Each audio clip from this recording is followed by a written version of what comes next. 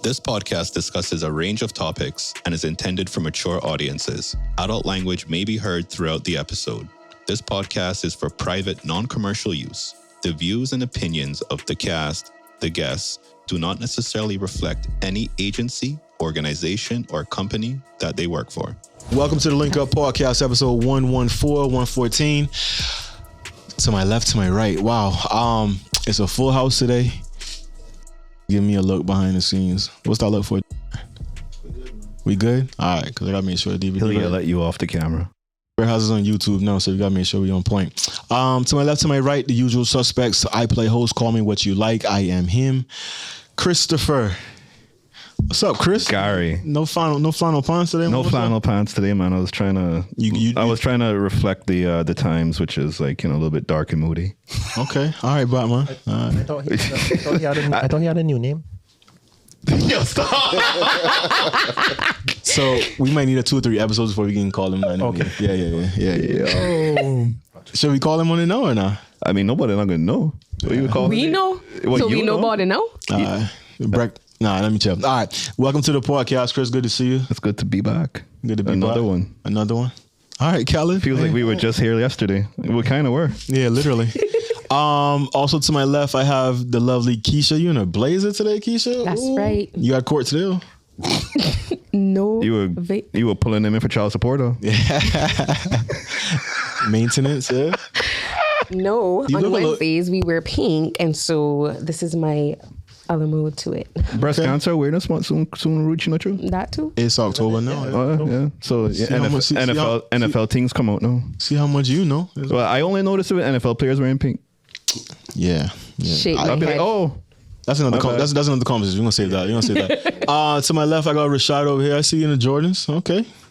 Hello. That's it. You got like Yeah, 10. you know the intro not real enough. Man. Just say hello. Don't do it. Badavanu King. Stop. Badavanu King. Cue the applause, D. It's already a lot of pressure. Like let me do something first. Oh no, we gonna work you. We gonna work you. pressure make diamonds, man. No Diddy. That's true. No Diddy. Yeah, so special episode 114 in the books. This young man here, wow, I don't even know where to start. I remember having a class or two with him at UCCI. He might not remember that actually. But I want to give him his props, his respect. He is the Minister for Tourism and Ports. He's the former head of the Caribbean, what's that? Tourism organization as well. Former journalist. I'm gonna say some other things as well too, but I'm gonna let the show get kind of warmed up first. The Honorable Mr. Kenneth Bryan, welcome to the podcast. Thank you, man. Thank you. It's truly exciting to be here. I look forward to the show, man. I've had a chance to look at some of your guys' previous shows, and it's truly a link up. Please, yeah. So I'm excited. I'm glad you guys invited me. Please don't judge us off the old shows, okay? Every show is unique in a moment in time. All right. So, but thank you for taking the call up and joining us. We appreciate it. Yeah, man. We're gonna have some fun. All right. You nervous? Yeah. Yeah, you should be. You should be. But nah, it's gonna be good. Let's get into it right away. Any thoughts, any comments before we get started? Yeah, you feeling yourself today calling people young man. I know this young man here. I feel like he's some kind of fucking. I try and keep it 100 because I know him. Here, you know, I know him, man. Young man. At least I'm not an old politician yet, right? Yeah, you got shaky hand and top it, young man. To be fair, our demographic of politicians are usually. Yeah, you know him. You hang out with all them. Yeah, I mean, Jesus. I knew you could do that. You walk right into it, my guy. Let's get into it. What should we start? First things first. What's this? Your second term? Yeah. Second term. You remember the first term, the first one you ran, and I spoke to you outside of Agape. I'm not Agape. Sorry, the Family Life Center. I know you don't remember this, but I'll put you on the spot anyway. I remember losing in 2013 and coming out of Family Life Center and being really emotional about it. You was emotional, yeah, for sure. I was there, and I remember speaking to you then, and I said, "Man, I guess I understood it at the time, because I think there was a oh, Kenneth's running, you know, and they just put you in a box, so to speak. You think you're coming off of CITN, journalism and that kind of stuff, reporting. And I remember seeing... Was it also Rooster you were coming off of at that point in time too? No, or was that after? That was after. Okay. Oh, that was after. Sorry, we'll get there too. So, yeah, I just remember seeing you being very emotional. And for me, then it clicked. And I was like, yo, this guy really does have a passion. He does care. This wasn't sort of what we were seeing all the time, which was a grab. Like, the next thing is politics. Let me go jump into politics. I felt. And I remember speaking to you then, and I was like, man, I think if you go put the work in and come back, you're definitely going to, have that success in 2017 and to which you did. I guess it was your backbench years, though. But yeah, well, actually, you know what? It was a good time because I don't think I would have been as the greatest politician then, because I got to learn a lot from the then government, the progressives, Sir Alan McLaughlin being his PA, his personal assistant, working from behind the scenes and seeing the work that many people don't see, as opposed to being thrown fresh into it. So God has ways of working things out, and I think it helped me and understand the insides and out. So when I actually did get elected in 2017, I think I was prepared then. You know the game by now. I hate calling it a game, but yeah. I call it that because this stuff is real, man. This is stuff that affects us all in one way, shape, or form. So I don't like to undermine it by calling it a game. Some people play it like that. Strategically and all that, but I don't like it's like a negative connotation to me because people's lives ain't games. So okay. So speaking of people's lives, we have Keisha here. Keisha had to be here because Keisha's a registered Georgetown Central voter. She's never voted before. This is her first time. So you have work to do. Yeah, we give her heat for that all the time. Yeah, we I think this show probably helped her, and our conversations over the last couple of years have helped her to say, yo, I'm at least going to register and see what, when the time comes, whether or not I want to exercise that vote. So we said it was you coming, so she had no choice but to be here. Okay. All right. So that's why she came looking professional today. I literally wore this to work. Please. Yeah. First time you go in any video, find Keisha wearing a blazer. Yeah, because you we lucky don't. She covered. Well, see, that should show you that I respect my MP. We got one or two. She practicing. All right. Let's take it back to the beginning, Kenneth. I think somebody wanted me to ask you about the Mr. K-Man days, but we're not gonna do that. So I just getting you warmed up. Can we get like 3/4 of the show before you hit that? Yeah. So tell me a little bit about the upbringing, Mike. I think you've been a proponent of giving people second chances, because I think you were an awardee or a recipient of that yourself, because you didn't really necessarily have the easiest upbringing as well, right? Yeah. Oh, he took the glasses off. Oh, I guess there's not a program of a second chances. I think my community, my people gave me a second chance. It's not like the program they have at the civil service where you get a job after, going through problems in your life. I think it's just the fight and the hustle and commitment to trying to, make better of yourself. Like I did have a hard life growing up. I actually was graduated from Bonaventure Home and what you call the Cayman Islands and Marine Institute. Back then was the boys' home. So I used to cause a lot of trouble in school, to believe it or not. I was expelled. You look really happy saying that. So I know you genuinely did. Well, you know what? I mean, good old days. Yeah. I mean, I was a product of my environment. I know I had a lot of struggles with, being raised by a single mother, not a lot of stability in my family structure, clowning in school, trying to be cool and getting in fights, trying to be cool, all that nonsense, which I would not suggest any kids do today. But it caused me to be expelled from school. My mom took me to the BRAC for 3 years, because she's originally from Kimmerak. My father's from Georgetown. He's a Macfield. Okay. Because my mom and dad wasn't married at the time, I got the Bryan name. Okay. So, went to Kimmerak. So you did 3 hard years in the BRAC then? Yeah, and they were hard, bro. They were hard. There was like some going to the airport to see who came in kind of hard. Something to do. Yeah. Kind of hard. Yeah, it was hard.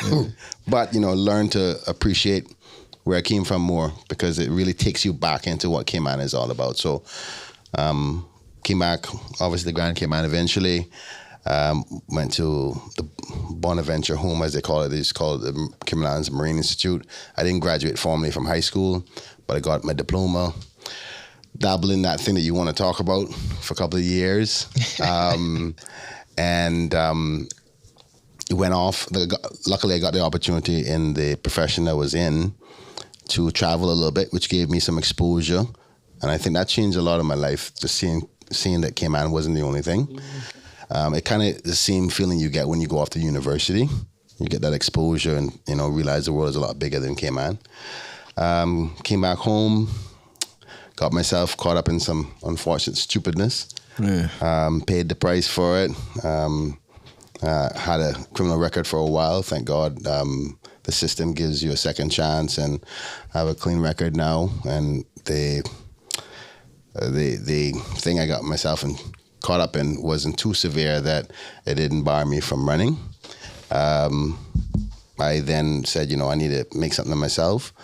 I was like, what am I going to do? I've been in, marketing, PR, modeling, TV ads, that kind of thing. So I was already into. Sorry, you said modeling? I was trying to hope that would have gone over your head, but that didn't work.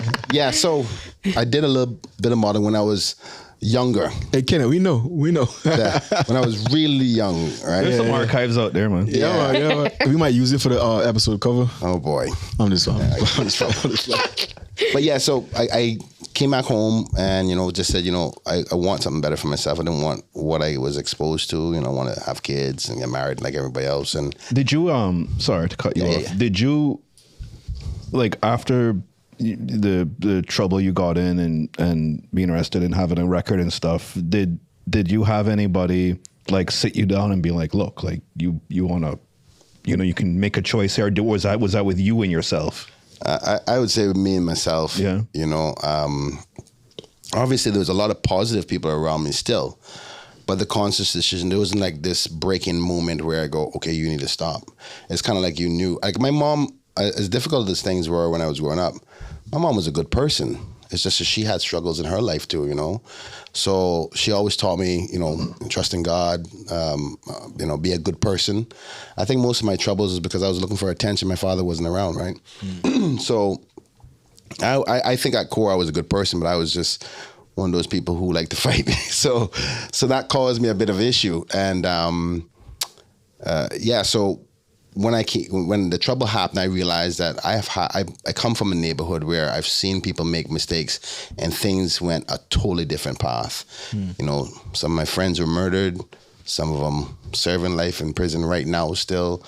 Some of them don't have any life of their own. Some of them do the whole baby daddy or baby mother thing, where part they don't really do for themselves and all that.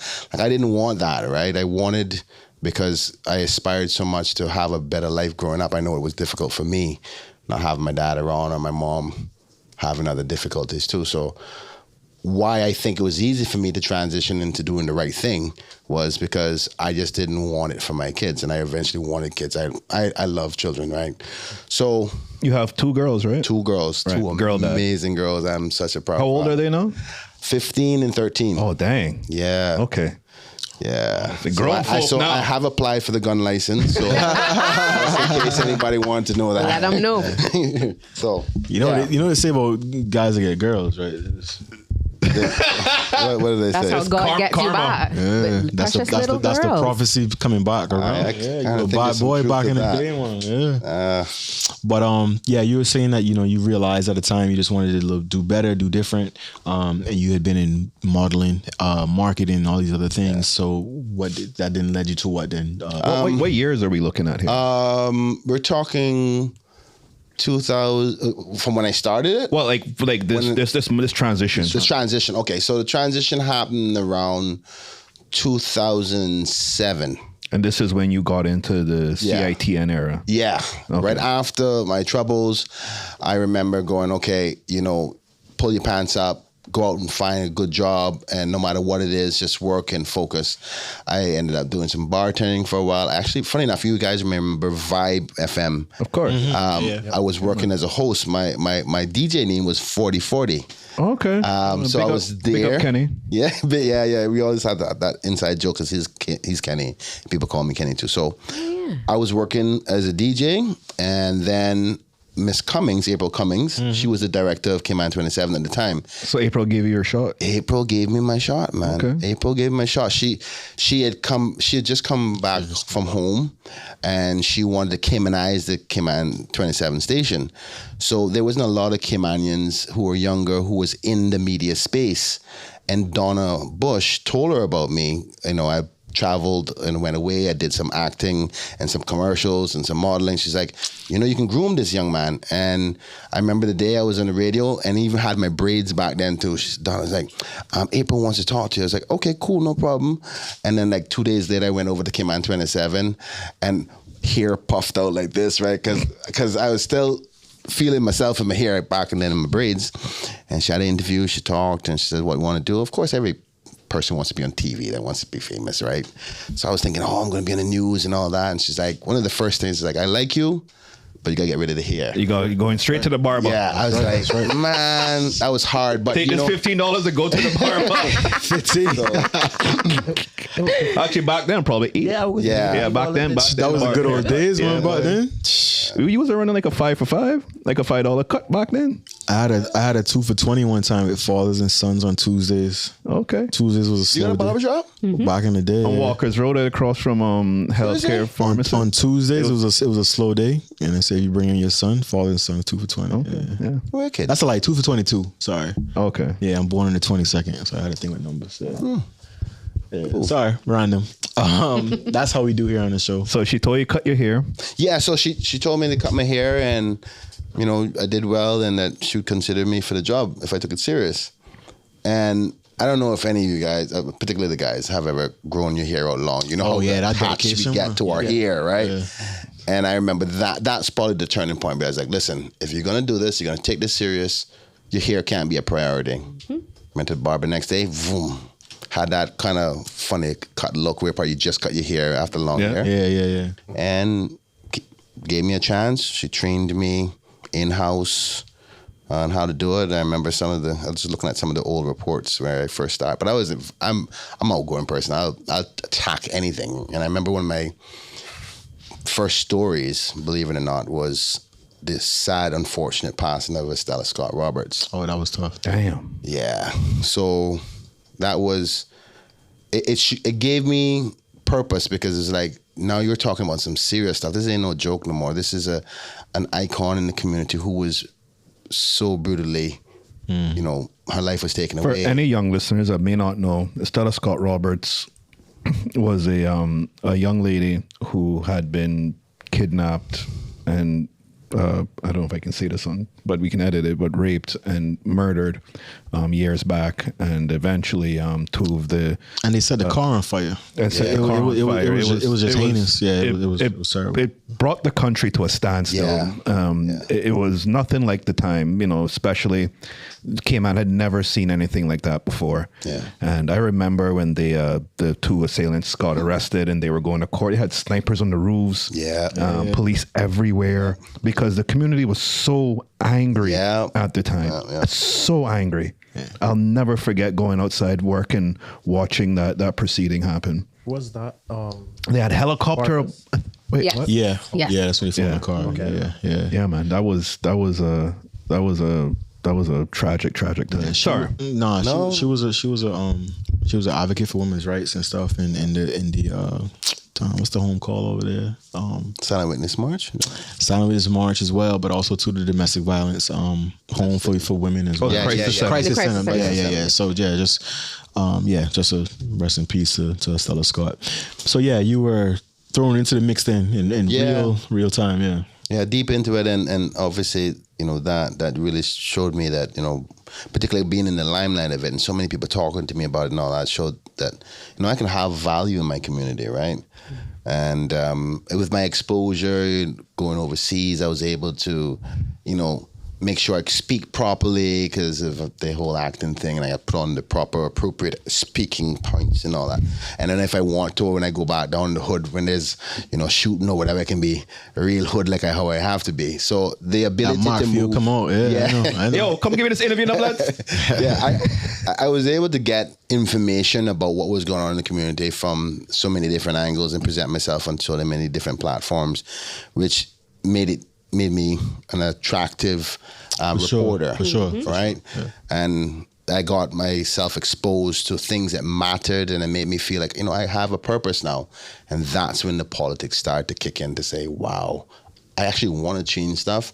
I saw stuff that were happening, and I was like, well, if these politicians ain't gonna do it, well, I gonna do it myself, and then that's it. So how did that sounds like you? Yeah. How did you initially get in contact with the PPM at the time to join their ticket? Because this is back, I guess you would have probably joined a ticket back in 2012, 2011. Chris want to join PPM, so well, he just asked. He asking for tips. That's all that is. Well, believe it or not, my mother is very political as well. She was a real, we call street soldier for Kirk Tibbetts. Okay. So that's where the link was. The big dog. The big dog. So you may remember when they swept the government, when they won all their seats. Right. My mom was the woman on the front page of the paper with the broom. With the broom. I remember that. I remember that. Yeah. So I remember that. She has always been political. And I remember when I told her, I was at K-Man 27, I was like, Mommy, I think about politics.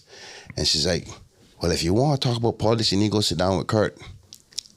That's how it happened.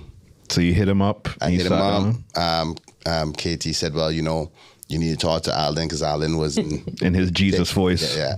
Come on. So, they called me in for an interview. I told them I want to do, but I was quite popular on the news at that time. So I think they saw the advantage of, Georgetown, black man can add on to the ticket kind of thing, variety of options. Those are the check boxes you have to have. That was a vote straight days too. Yeah, exactly. So you could have got in just by So went to see them. Alden seemed to be been impressed at the time with me, and then I like how you say at the time because let me say this. Some things may have changed over time. You know what I mean? Well, I don't know if he's impressed with me now, but I'm gonna tell you this. Like, I want to set the record straight, right? Alden is a brilliant politician for sure. Don't make the what you see in the public. Hold on. Let's pan to Chris. Get the camera on Chris, please. As you say, because that's his boy. Look at him. They I'm just gonna say this one. They bust my ass about Alden all the time because. We can't even say Alden. You gotta say Sir Alden around you. Man. Granted, no. Or the two time. Granted, when they found out he was like my cousin, they all get on my. I've never had an extended conversation with Alden in my life. I've said a couple of words with him here and there, but I've never. You don't talk to your family, bro? I've never had a full on conversation with him ever in my life. But they treat me, and the public has this perception of me from and I kind of played into it from a long time ago. You played into it. Okay. Accountability. Well, it was for the audience, right? Yeah. I guess I'm breaking the mold now. Yeah. I'm breaking the secrecy here now. But I've never actually sat down and had a full conversation. We're gonna get you and your cousin together, man. Don't worry. You should get him on the show here, man. Boy. Oh, here we go. Let's hear this one. He agreed, and we fumbled it. I'll just say, I fumbled it. Thank you. There's that accountability again, Chris. Let's get back to this young man over here. We'll get him back. Yeah. We say he's a brilliant politician. Yeah. Yeah. So Alden is super smart. I learned a lot from him, believe it or not. Right. And you can learn from him by just watching too, right? And I'm indebted to him forever politically. Oh, we about to chop this up. We about to let this. No, I'm dead serious because chop this one up right here. Think about it. Kenneth Bryan endorses Alden. I just like to be honest about things, right? I was poor Georgetown black boy who, got in a lot of trouble, think he knows everything, wants to come into politics, and many other people probably wouldn't have given me a chance. Fair. He saw something that a lot of people didn't see and said, okay, I want you on my ticket. he didn't have to do that, right? And I gotta respect that. He saw something that had potential. I think they gave up on me too quickly. Yeah. This is a different story. Yeah. Okay. But I gotta appreciate that, man. And like, if he never did that, I don't know where it would be politically today. So, straight up on right here on your show, thank you. Al. Yeah. Okay. Fair enough. Because I want to get into that too in terms of you working with different groups and different people. Okay. I always found that you to be quite open to that. Yeah. Yeah, because I think you kind of understand the value in it, and that we can't really be too shut off. I guess maybe do you think the years in opposition perhaps molded you that way, or was that always the case that you kind of understood? Listen, I need to get in and have access and have connections and just get the work done. Versus, let me stay over to my southeast corner, like our friend from what I mean. Well, I mean, he still put himself out there though. Who's he was that? still visible. Our friend in the southeast corner. Yeah, but he didn't. He wasn't able to really mess with anybody and get anything done. Oh, Yeah, I thought we called names. Yeah. I'm Sorry, Because we have I have no idea who they're talking about. Victor's scared. no. Scared. Sorry, that southeast corner is a reference to Mr. Ezra Miller. Yes. Who People's was Mailbox. who was an independent. Oh my God. No. You don't know about that? No, that's the truth. No, okay, we You don't know about this? yeah, we're gonna explain. We're gonna explain. Thank you. So, the rumor or the joke. What used to happen was I'm getting there, my dude. He literally used to have his car parked out by government building, and the joke is that Allegedly. people would leave sensitive documents on his car. Yeah, And then he would go on the radio and talk about it. If you were in government and you obviously couldn't share certain things, they would allegedly take the information and just leave it on his car for him, and then he would be able to. Is that what happened, or is that what he said? That's what they would say. All right. So then remember now he had his Super Tuesdays. Right. So he'd go on the radio on Tuesday and he'd talk about, well, I just found this on my windscreen. Yeah. And he would call it the people's mailbox. The people's mailbox. So if you wanted to have anything exposed or whatever, just line it up. We You know? are so unserious And then as people. he would go out there and read the things. Yeah.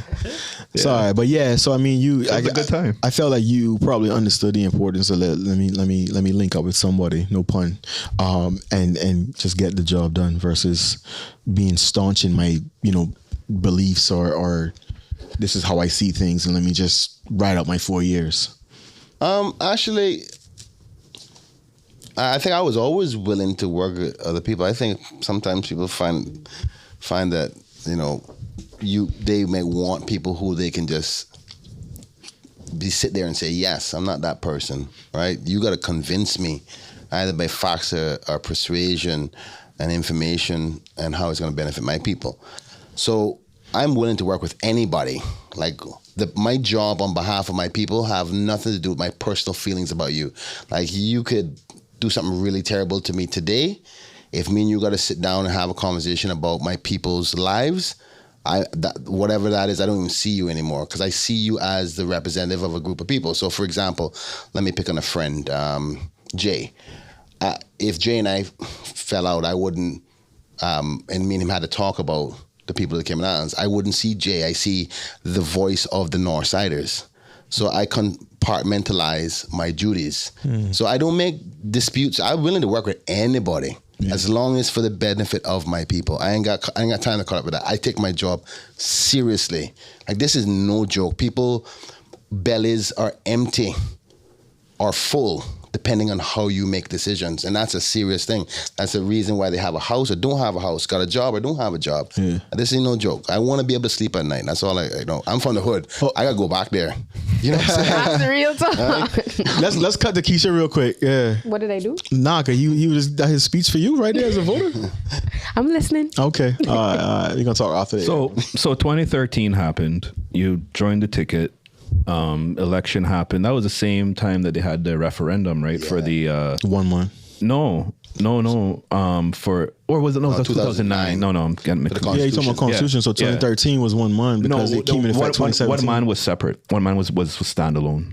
Okay. Yeah, 1 month was standalone. Okay. I'll never forget that. Never forget. Yeah, because that was your fault. Yeah, I worked. They make fun of me as well because I worked on that campaign. Okay. Yeah, I was one of those rascals brought in to work on that. So they always make fun of me and blame me for our current situation now. Yeah. Is it that bad?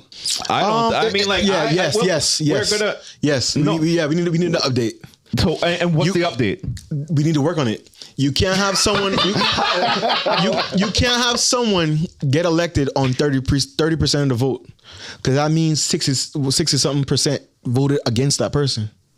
So we at least need runoffs or a primary or something. Okay. There's benefits to runoffs. Yeah, there's something like that. So I mean, no system is perfect.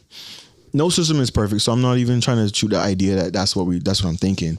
But yeah, we have some things that we can look at in terms of the election law, the finances, all that kind of stuff. We can make some edits if there's a political will to do so. Okay, yeah. So there we go. It'd be interesting to find out if the people think it worked or not. No, that's what I'm gonna get on you about, because I don't think so either. I don't think there's been enough time. It's two terms. This is going to be the third time. Well, this will be the third time. Here's the other interesting point. No, I just don't want to see nobody get in on 30% of the vote. Me personally, because that's not a majority.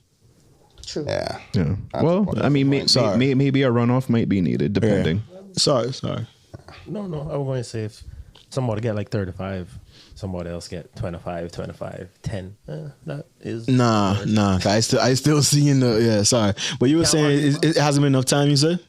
Yeah, because here's the other factor that's going to come into play over time, which is there's not going to be enough people around that remember the other system to have a comparison analysis to say, oh, this is how it used to be, this is how it is. A lot of younger voters don't even wouldn't even know about that. It's also very hard to say like which system was better, because it's quite subjective. Yeah, right. You don't really have any objective variables to pit one against the other. I like to vote for my premier. I like to. Oh, you want a national vote for the premier? I would perhaps. System. I didn't mind the 5 votes in town I had, or 6 votes I had in town. Yeah, you didn't mind the little man in East End having he's single? You told me the mine was in the southeast corner making deals same way. So, but all right. So where we at? So 2013, the election happened. You didn't get. I think you were 5th or 6th. No, I was 8th. Yeah. No, because remember when I ran into just missed it by 6. Oh, you gonna tell him? Remember? Oh no, it was 6. Hey, them politicians be knowing. They be knowing. My bad. No, I'm still thinking it was 4 seats. Nah, it was 6 months because I think Winston got the 5th. Winston got the 5th or the 6th. He got the 6th. I think Kurt Alden and Joey got Marco 5th. Yeah. Kurt Alden, Roy. Yeah, you're right. Actually, Roy had beat Mark. No, Roy actually came second. Yeah, Roy Alden, Kurt always first. Kurt, Roy, Alden. I want to say Marco, Joey, then Winston. Yeah. Okay. Yeah. Wow. Yeah. God, I can't believe that. Sorry, we old. Sorry, guys. Yeah. Sorry. So after that, then, how quickly after that did you then join radio and get on? You were with Austin at the time, right? You remember I spent almost 2 years as the PA to Alden. Right. So I left. Was it 2014 or 2015? I can't remember. And right after that fallout, Brewster, I think it was Mr. Randy Marin, just said, "Hey, you want to come work with Woody?" And so it was Woody, right? Woody DaCosta. Right. I wasn't on the show for very long, though. I think it was only for probably less than a year, because I was like, okay, it's time to campaign. Because, You declared early, too. Yeah. Because as soon as the PPM announced that they were moving to single member constitution, I think it was like not even day after. Well, I'm going to tell you a little backstory. I don't think I've talked about this publicly, and this will be the first time. Well, one of the main reasons getting exclusive. Yeah. And there's a PPM link inside the house, so you understand. So you beat his boy too? Oh, he got Marco tight in him. Listen, Marco's good people, okay? Marco's good people, and I'm about to get into that right now, right? So let me explain something. When the government, which I helped campaign to help get elected in 2013, we always said we're going to go into single member by the next election. And I was always like, yo, let's declare this thing right now, because I want to campaign for a long time. From even when I was with Alan as his PA. And because I had looked at the zoning and where I did well, and I already saw my numbers in Central. So the constituency of Central was the same ballot area. So I was like, okay, I know where I'm running. But then people were like, well, Kenneth, you're not sure if you're running there. We got to make sure that the leader goes where he's safe. I was like, what? What do you mean? So they were already starting to dictate to me that I couldn't run in Central. I was like, okay, we got a problem. So they wanted to send Al in there? They wanted to send Al in there. Okay. That's the truth. And I ain't trying to, listen, I gave all the respect to him just now, right? Nah, I ain't trying to undermine, but that's where most of our beef happened, which is, yo, I'm from Central and I'm running in Central, whether you like it or not. And once that was declared by me, and I'm a straight shooter like that, it was like, okay. You jumped the gun, you took it. Okay. But you see, in a party system, you always protect your leader. Fair. Right? Fair. And though I understand that, but I was like, I'm not popular anywhere else. This little black boy ain't gonna go down Georgetown South and get anywhere, or Georgetown North and get anywhere. Yeah. Like, what you want me to do? Go run somewhere I'm gonna lose? I'm like, I'm from Central. I'm running in Central. Yeah. And that's where most of the fallout really, really happened that a lot of people don't know about. Okay.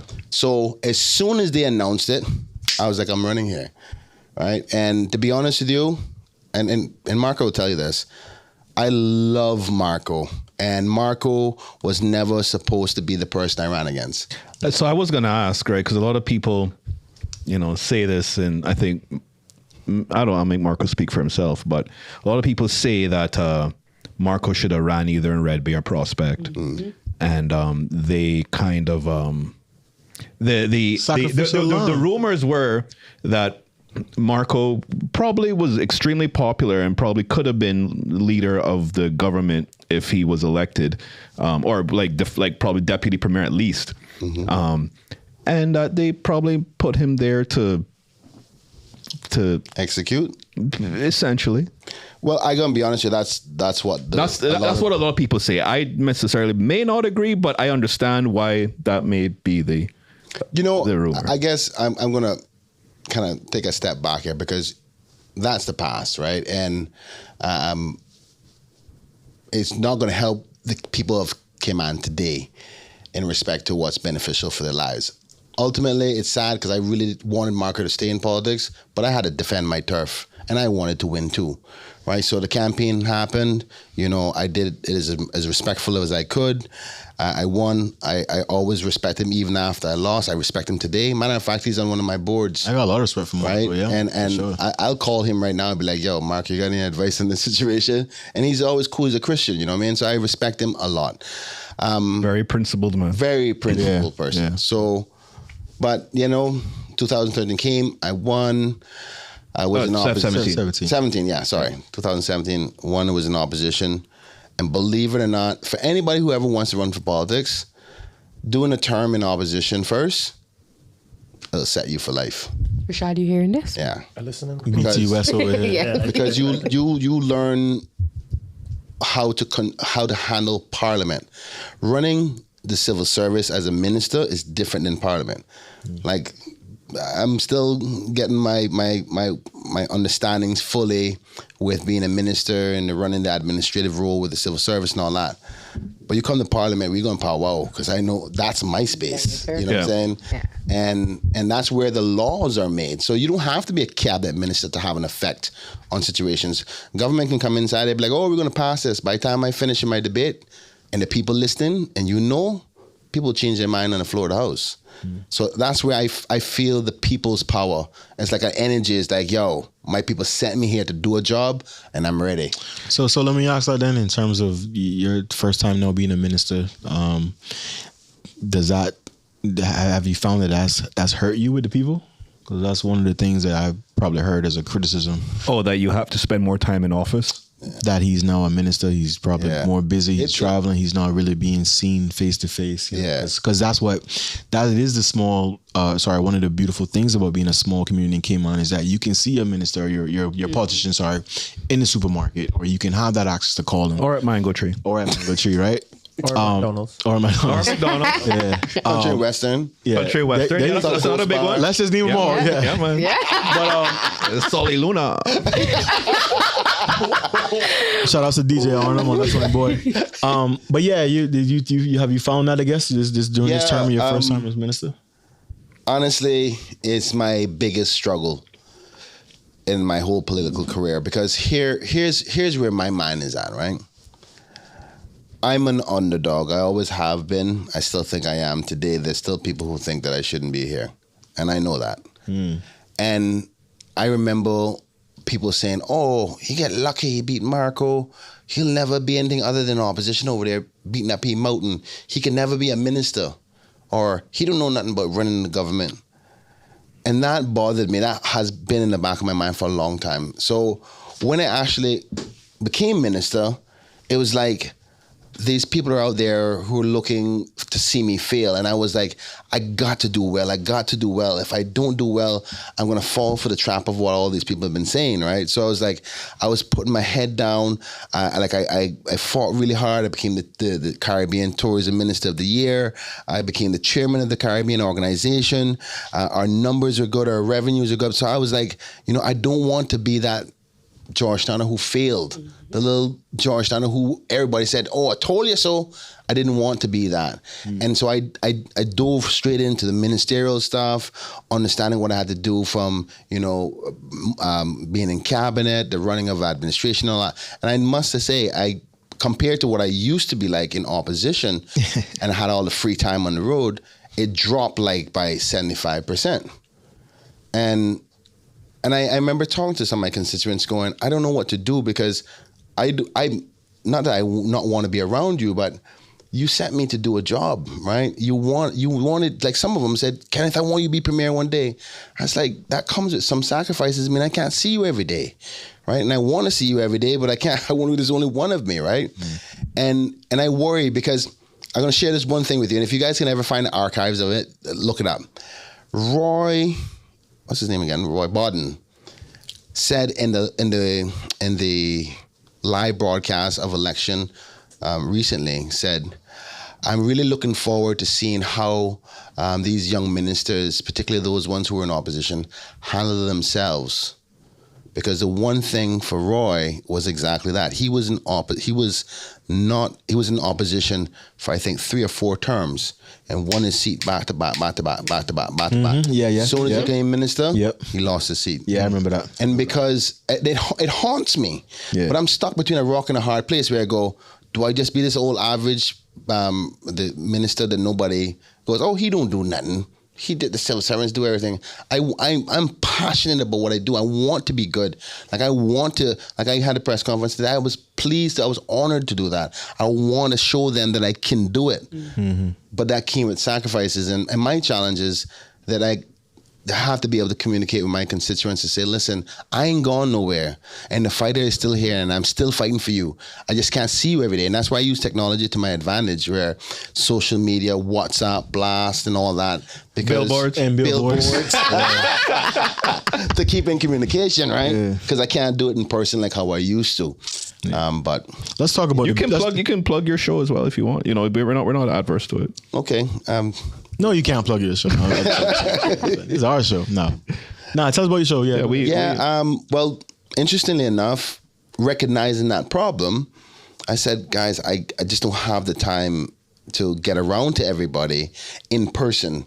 Like, if people were okay with the phone calls, then I can do a lot of them. Like, I call a whole lot. So I said, how do I get communication out to a lot of people at one time? And WhatsApp can only do so much. Like, I can send a 60-second WhatsApp message, but when you get into a complicated matter like road infrastructure, flooding, engineering, financial services, or tourism, or the cruise pier, I mean, I can't explain that. So I was like, you know what?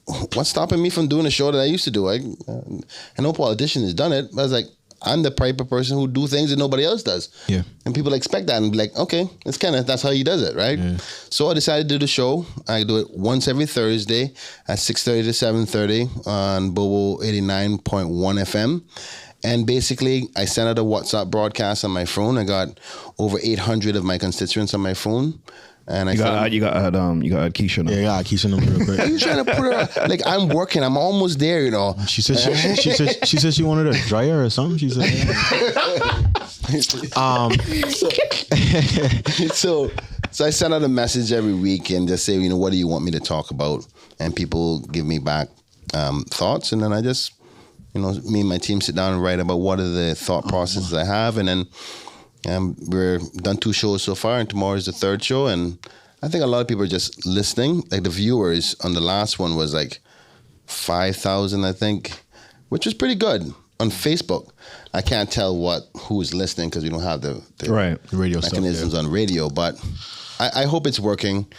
Because I'll give you that. You from your, even just using the color yellow, because my background is in marketing, so I'm gonna give you that respect from. I was gonna wear my yellow shirt tonight, but I was like, nah. I wore yellow for you, bro. Look at that. Yeah. That's not true. Nah. But You look like the billboard. I want to talk about that real quick. I want to talk about the 2 Bs, billboards in Barbados. But I want to give you your credit in terms of social media and marketing. From the last couple of elections, man, you be on it. You know what I mean? You definitely are pioneering in that space when it comes to our politicians here in K1. So billboards. Let's get into billboards. Yeah. How has it still been a thing? Because we don't understand it. How is that still a thing where you have billboards and nobody else has billboards? Well, let me explain how the law works. There we go. Okay, let's go. This is where it starts. Yeah. The election law says you don't need planning approval to erect signs due to the elections. And the first one I erected, these 2 that have been erected now, they were never taken down. Nobody said anything. So by the time the next election came around, then they set a precedent. After 5 years, no longer need the planning approval. So because they were there so long. Because they've been there so long, then I don't need. So but you took them down the day before the election, right? Because that's the thing. No, I took down. No, he took down the sign. The structure was still there. Structure was still there. Yeah. Hey, this is the kind of politics we need. Forward thinking. Thank you. So with that in mind, I even if that's not the case, I do think I argued it because some people try to challenge me like, oh, he doesn't have planning approval, and they did the whole challenge to me behind the scenes. I didn't take it on because I got my advice. What do you mean? So some people were like, oh, Kenneth should take them down. Okay. My people who didn't like me politically. Right. And I go, because it feels like an unfair advantage. That's why. Well, I that's understand because they ain't thinking outside the box. It ain't my fault. They ain't thinking outside the box. That's yeah. You know what I'm saying? your Like, problem. go put up some signs. I want you. Like, think about it. Go put up yours too. I tell people, Merry Christmas, Happy Easter, Happy New Year. Get prepared for a hurricane. Like, why would you want to take that down? It's not like I'm selling goods. Right. Yeah. I'm helping. I'm doing the job of what I'm hired to do, which is to communicate with my people. Mm-hmm. So there may be something else coming up, like, back to school, get registered to vote. These are public PSAs. Mm-hmm. So I ain't making money off of it. It's a part of the job that I do as a member of parliament on behalf of the good people of Georgetown Central. So I personally think there should be provisions within the law that allows every MP to be able to do that. Because it's not like I'm selling Coca-Cola or whichever thing that they sell, right? So not that Coca-Cola is bad, but Pepsi. I love Coca-Cola, so I'm with you. You can't blame him for the system that worked in his favor. Yeah. You can't be mad at that. Yeah. Even though you were. No, I wasn't mad. Barbados. Yeah. So you have Mia on speed dial, like you just have her in the contact, like y'all be WhatsApping and stuff, or what? If I got you? Mia Marley. No, me and I are cool. I met her a couple of times, and I'd hoped that she could have come and Christ, she's smart. visit. She is super smart. Super smart. Like every time I hear her speeches, man, she's incredible. Yeah. So Anyway, sorry. Something, before can I get into it? I took the last flight to Barbados and back before the route was canceled, and I had a time. I had an amazing time. I wish it didn't get canceled. Wait, you want to tell us about the amazing time? No, because we can pause. We can pause Kenneth right now and then just. No, I went for a week and I had a really good time. I had a really, really good time. You want to go check Rihanna? Huh? No, I went to her statue and stuff. She got a statue? Yeah. Damn. She's a national hero. Yeah. It was I would have to look at my email. It was like a government thing with the Barbados government, and I went on behalf of Respond. Oh, okay. And, they took me around and showed me, and met some great people. Had some flying fish. Yeah. Okay. What a great time, man. Yeah. I can see the joy in your face. Are you telling me? Yeah. What What was her name? Because you look a little on the. Can you stop? Can you stop? I just said I had a great time. But I'm gonna leave it right. But as a mom, we know what that means.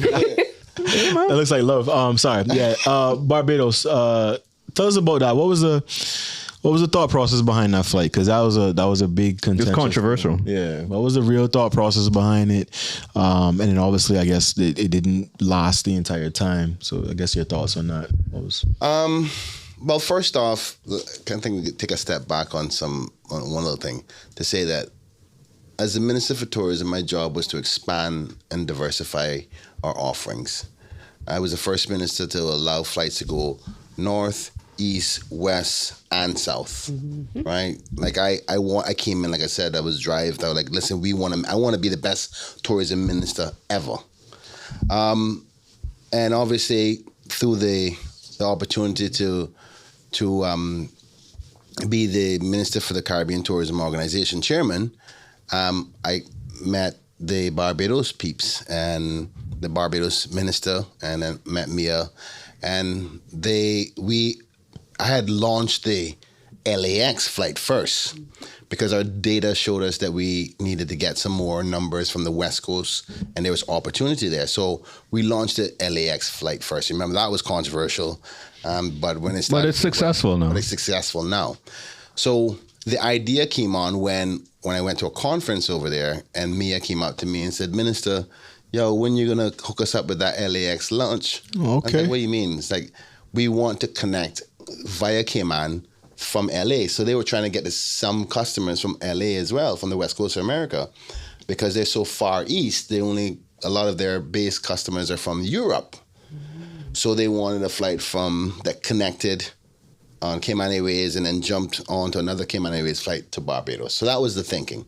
Now, I was like, listen, unless there's European people coming the opposite way for us, there's no benefit for me, Mia. So what are you going to do? I was like, the only way I can offer you this is if there's a revenue guarantee.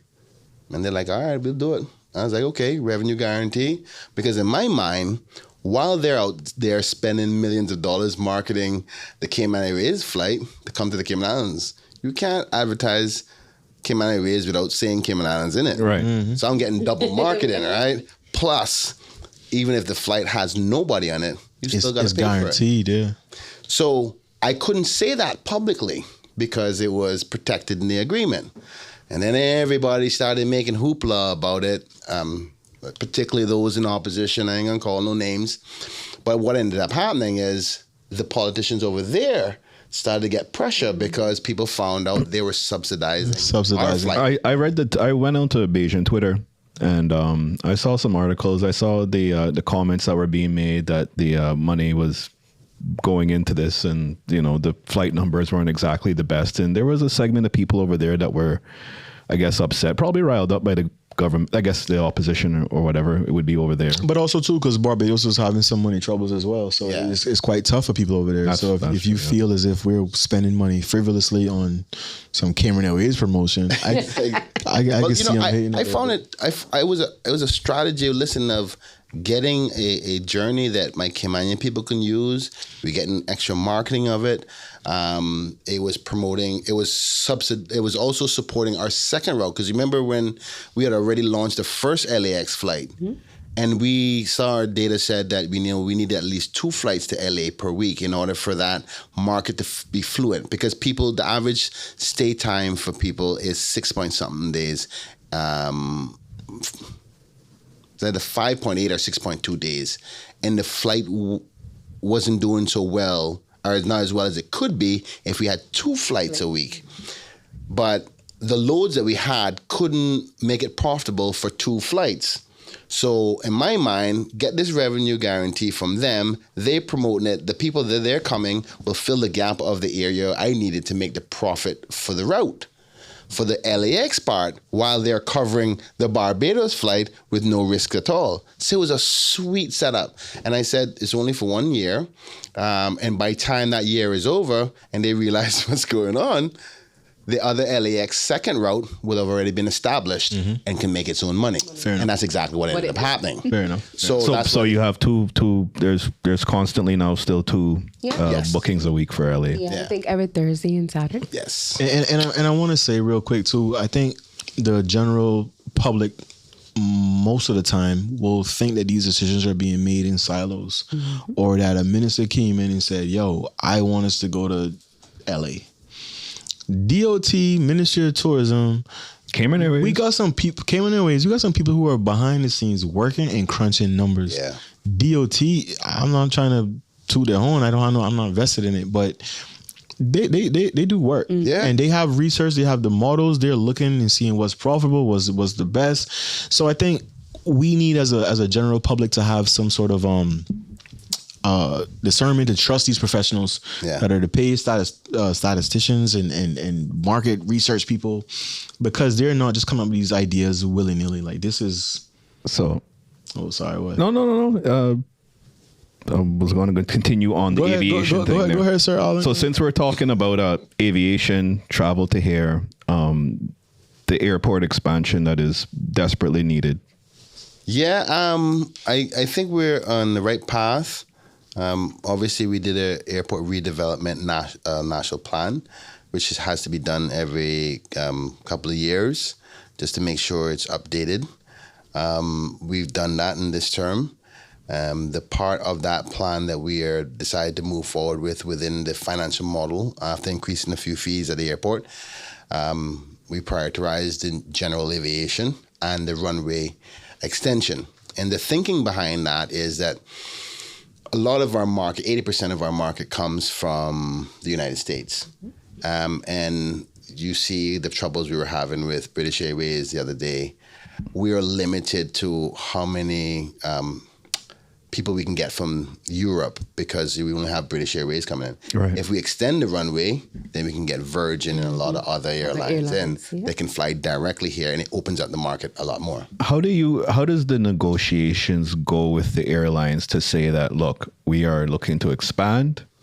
How do you go about sitting down and saying, start a flight here? What does that look like? Because none of us really sit down with any aviation people be like, yo, you should fly to Cayman still. Well, what usually happens is they look at global data, how many people go to the Caribbean, what routes they are already taking. So they'll know how many people are coming to the Cayman Islands already and how they're getting here. So there's people who are coming from Europe. They just ain't coming on British Airways. They fly to Florida and then they come down on another plane. So if you have the data there, you can see if there's enough to sustain a route per week. And then there's risk sharing opportunities whereby you partner with a hotel, like a Marriott brand, and they're promoting it and pushing it. And they have the loyalty members, and the loyalty members say, okay, I can go to the Cayman Islands now, and there's a direct service with this airline. So you build, and there's the risk profile first. So you have to meet a certain risk profile before you execute. So that's like what Victor was saying. We do all that research first. We just don't go in blind. Now, if I didn't have the revenue guarantee for Barbados, I would never have done it because the risk profile was too risky. But because I had a guarantee, I was like, what can we lose? Matter of fact, we make profits, right? So potentially down the road, airport expansion happens after, all the behind the scenes stuff has to be done. I think they're doing EIAs right now. Yeah. So that's what needs to be done for the North Sound and such. I don't think there should be too much trouble with that. I think general consensus is that the airport expansion should happen. You have to go into the North Sound. Right. We it's, obviously you want it to be done the right way, but So Georgetown Central voter, do you think we should do a runway? Just saying, because it is in that constituency. Yeah. I mean, it does affect directly because the airport is. She likes to travel in them. I was just going to say, as long as it don't affect the traffic, because I also live there as well. yeah. So yeah, I was going to ask, would it extend across the cricket pitch or just straight out into the... No, it's actually it only goes to the east. Okay. yeah, to the North Sound is the plan. Why y'all in? So with that, Hold on, Chris. Sorry, I just wanted to ask if the cricketers petitioned against it. No, actually, believe it or not, They need to move. They're supposed to move. They were supposed to technically move. not supposed to be there. Yeah, they need to move. I surprised them what it was. I'm not gonna lie though. It looks kind of gangster when you flying in and you flying over that type of environment, like a cricket game. But obviously, yeah, we kind of need your space a little bit. Yeah. So It would cause too much traffic if we came this way. See? So, yeah. what kind of size planes would we be able to take with this extension? Now I don't know about the models, but I'm talking about the ones that British Airways have right now. Okay, like non-stop, kind Like of. non-stop. Yeah, you don't have to stop in Bahamas. They can So come straight. we could essentially get flights to like Paris. Paris, Yes. like Direct. Keisha, Barcelona. there you I go. never- You got a voter now. And believe it or not, actually, Leave me alone. I think it's fair to say that we almost got a guarantee that Virgin Airlines will be flying directly to Cayman Islands once it's done. The deal was already From out of London. From out of London. Okay. So British Airways needs some competition. I'm gonna lie. Oh, for sure. because Yeah, they putting out them prices. I have to fly other directions because British Airways tickets is out of here. I want to get into some hard stuff. D, where we at for time, D? Easy. Keep going. All right, where we going? Let's go. What do you want to talk about? anything, bro. Let's do it. Be careful. I'm gonna go back to 2021. Oh, it's funny. yeah. Let's talk about that. So 2021, the general election.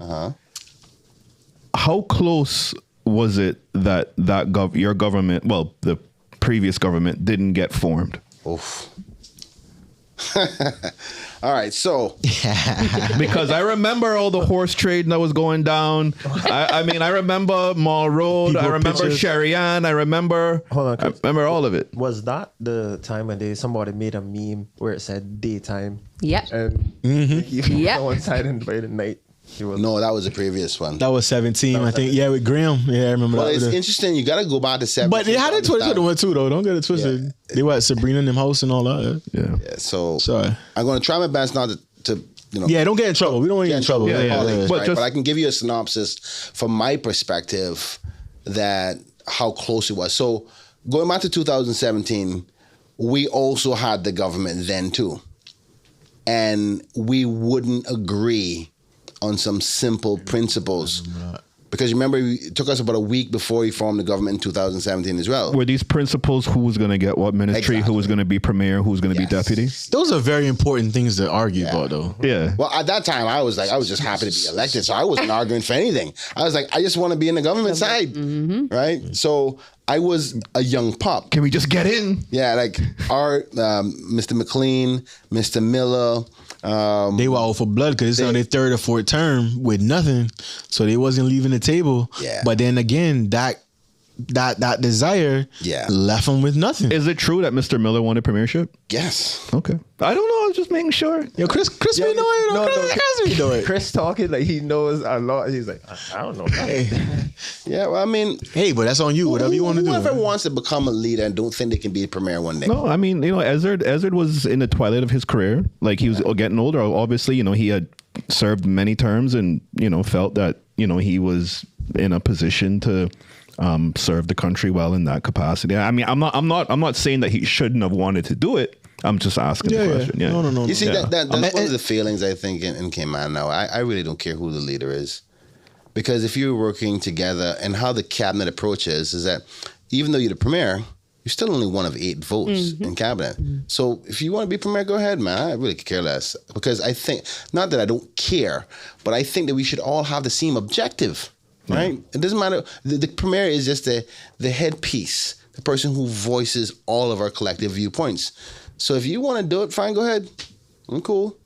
You know what I mean? As long as the people are benefiting, that's all I want to know. How stressful was that time in 2021 when there was that back and forth? Oh, I can't even remember because it was so numbing.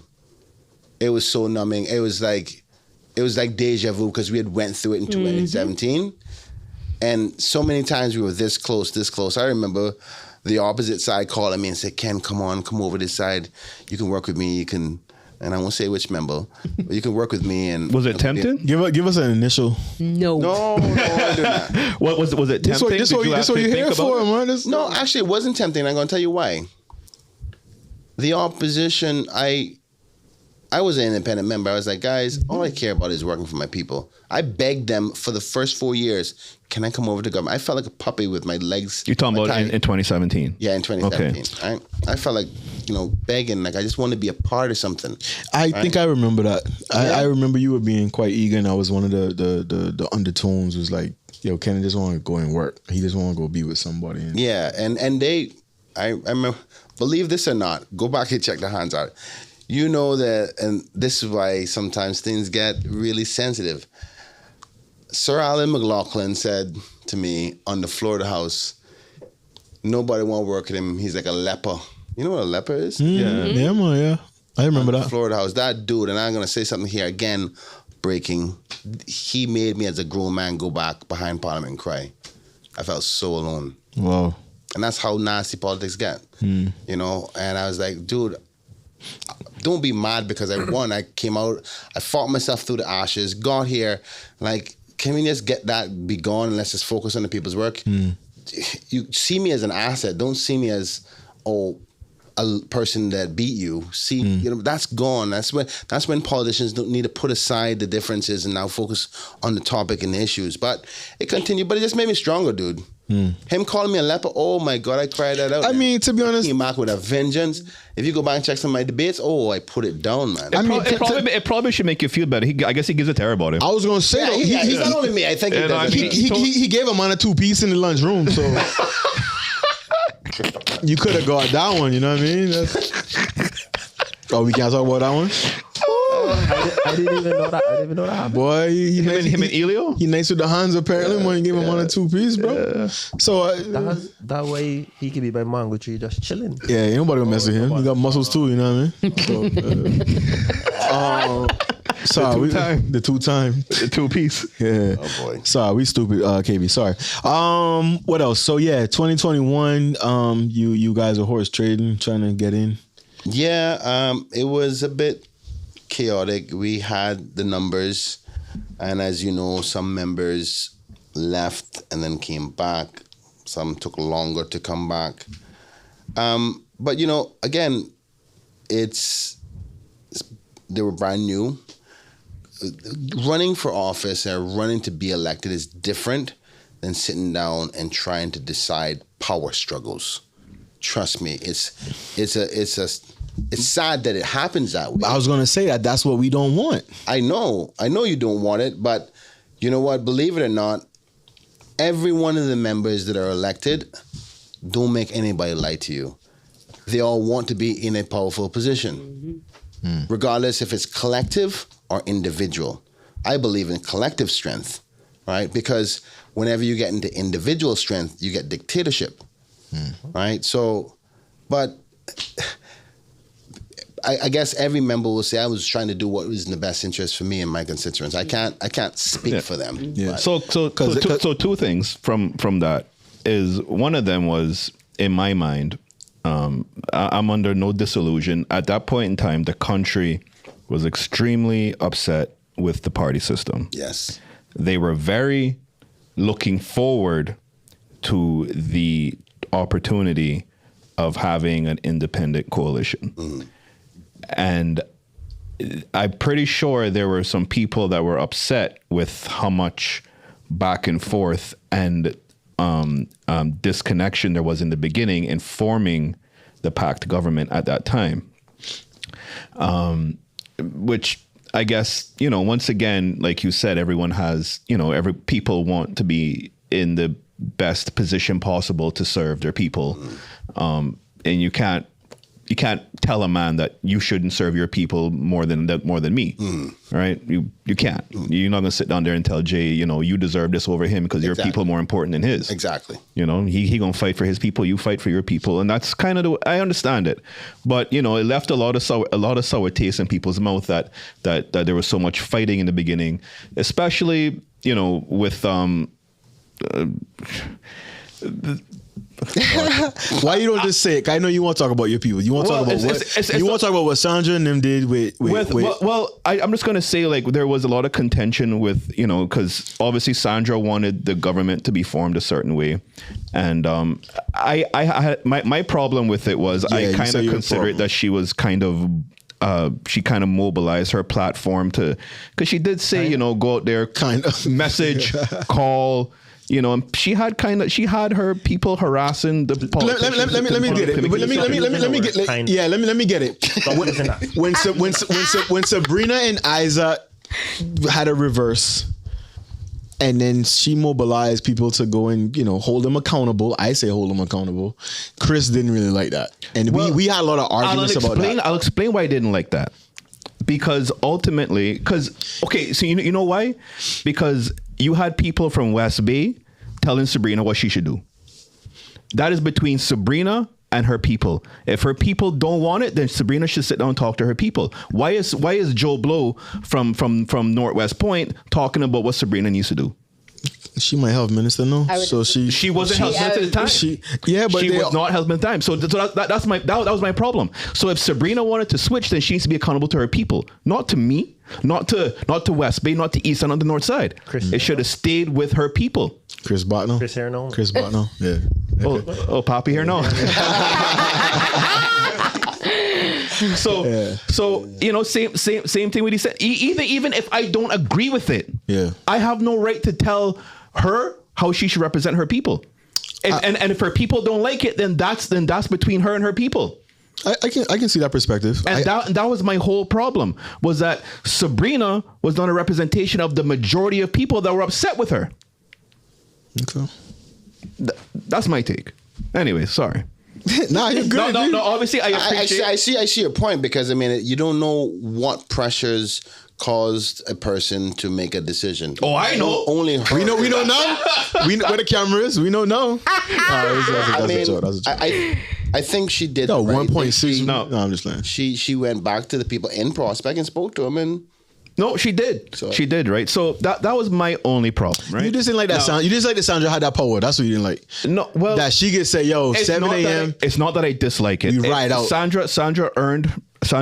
She came literally from being one of the most she didn't have a ton of support in the beginning. She was by herself, right? And I respect it. Like she's, like I said, she's taken over Cayman Media from her spare bedroom. Right? I say that all the time. Right? People out there spending millions of dollars cannot get 2 views when they go live. Yo, stop talking about that company like that, bro. But it's the truth. Yeah, it's the absolute truth. They go live with big budgets and get 2 viewers. So I'm not out here downgrading what Sandra has built at all. She has done it through her controversy and her covering of stories, whatever the case may be. But I just didn't like that part of. I mean, I have other problems, which is fine, but I can't tell her run her business. She's made it to where she's at by doing what she's doing. But I just didn't like that. I felt that she mobilized the constituency to protest in town that time, and then the protest in East End at Isaac's house, where there could have been a conflict. It almost got kind of. It almost got ugly out there. Now, obviously, I doubt that she wanted that, but that's kind of what happens when you get people upset, and they feel like they're going to lose something. Then they feel like they want to fight for it, and so that was just my issue. It was a scary time politically in our history, though. For sure. People wasn't. I remember so many people going, "Oh, we should never get to that point." Mm-hmm. I remember a lot of my elders saying, "What?" That they felt ashamed to say Cayman would be getting to that stage, because I never experienced it before. I was really genuinely worried for Isaac. Because remember, the January 6th had happened at that. I think, yeah. I don't remember. Yeah. You think we will get on ballot January 6th in America when they stormed the Capitol? You think we will do that? You will get that bad? Well, that protest in town was getting kind of ugly. What's protest in town? You don't remember when they said that they were going to form that snap government? They were going to go behind the curtains and form, the PPM was just going to pull the rug on from underneath the people and form the government. Yeah. And then there was several, at least 1,000 people in town that ended up protesting, shutting down the roads and thing. Yeah.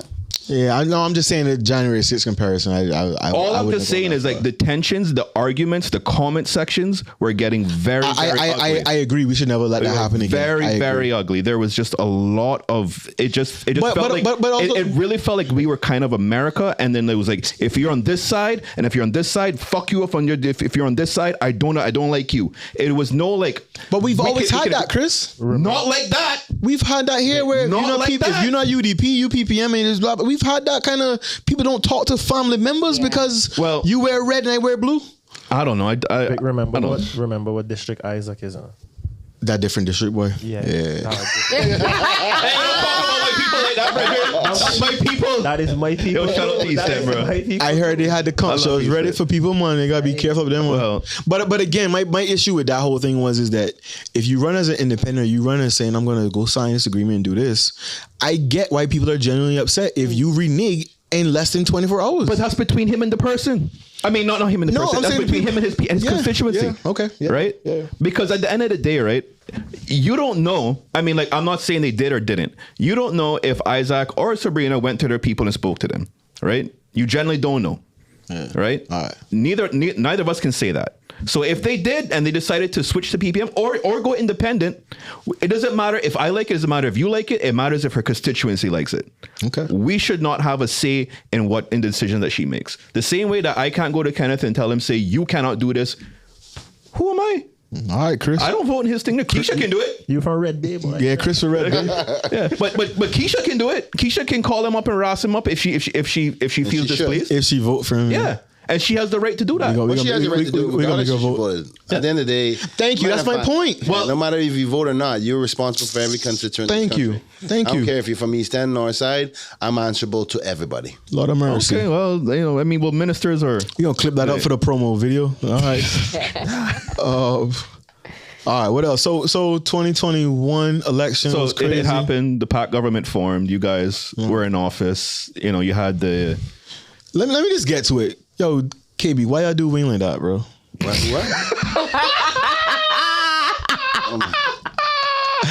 Why y'all do wing like that, man?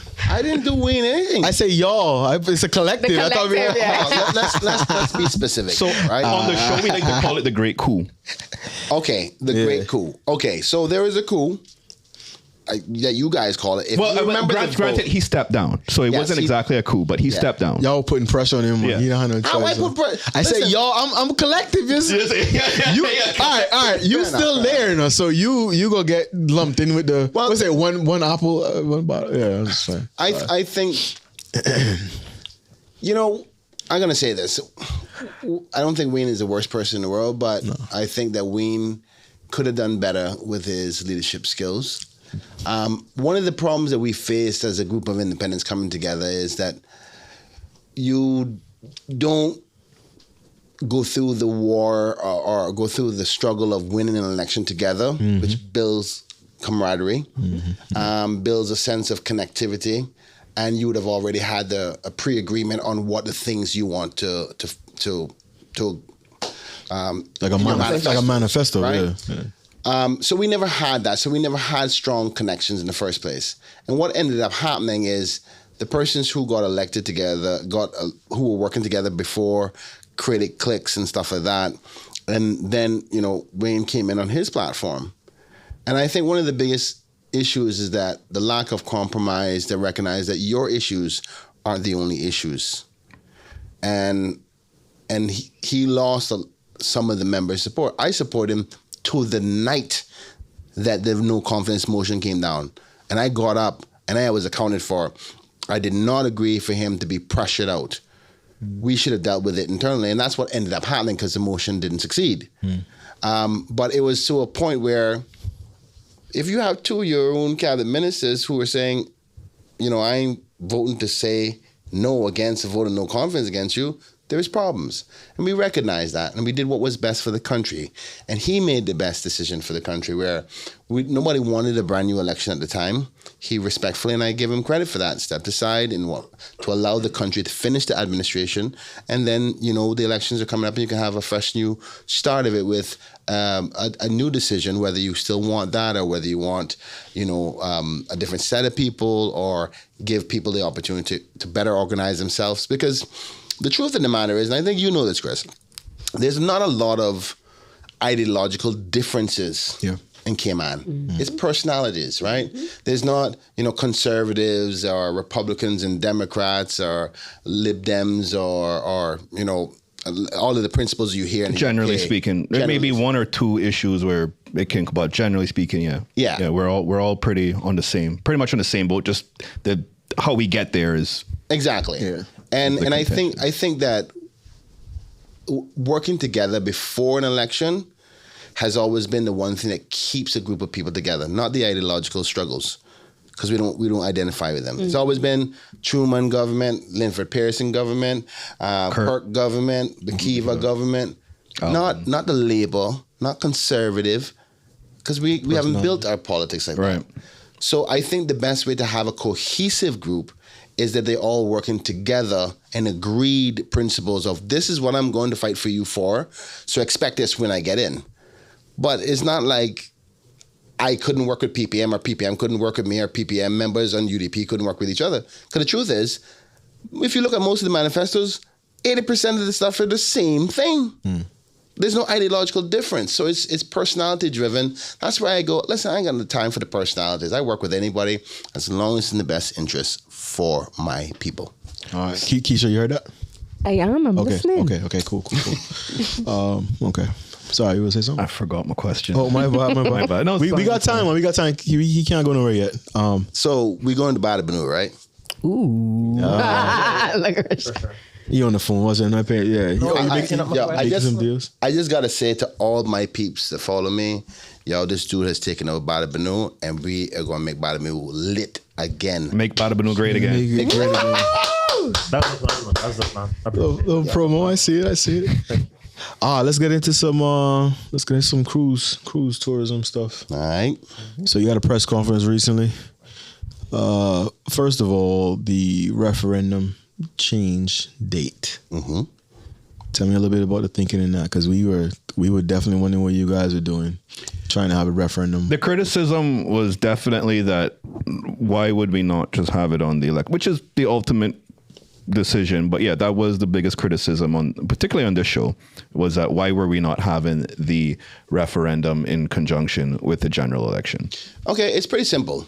First off, let's recognize that we have changed it now. Yes. And we are going to have it on election day. So, all the benefits of having more people getting registered and be available to vote, more time to promote, cost savings, so you don't spend money on the different ones. So I saw the broadcast. I saw the podcast about that one. So all your criticisms have been answered. All right. Hold on. One of us asked that. This is criticism. Yeah.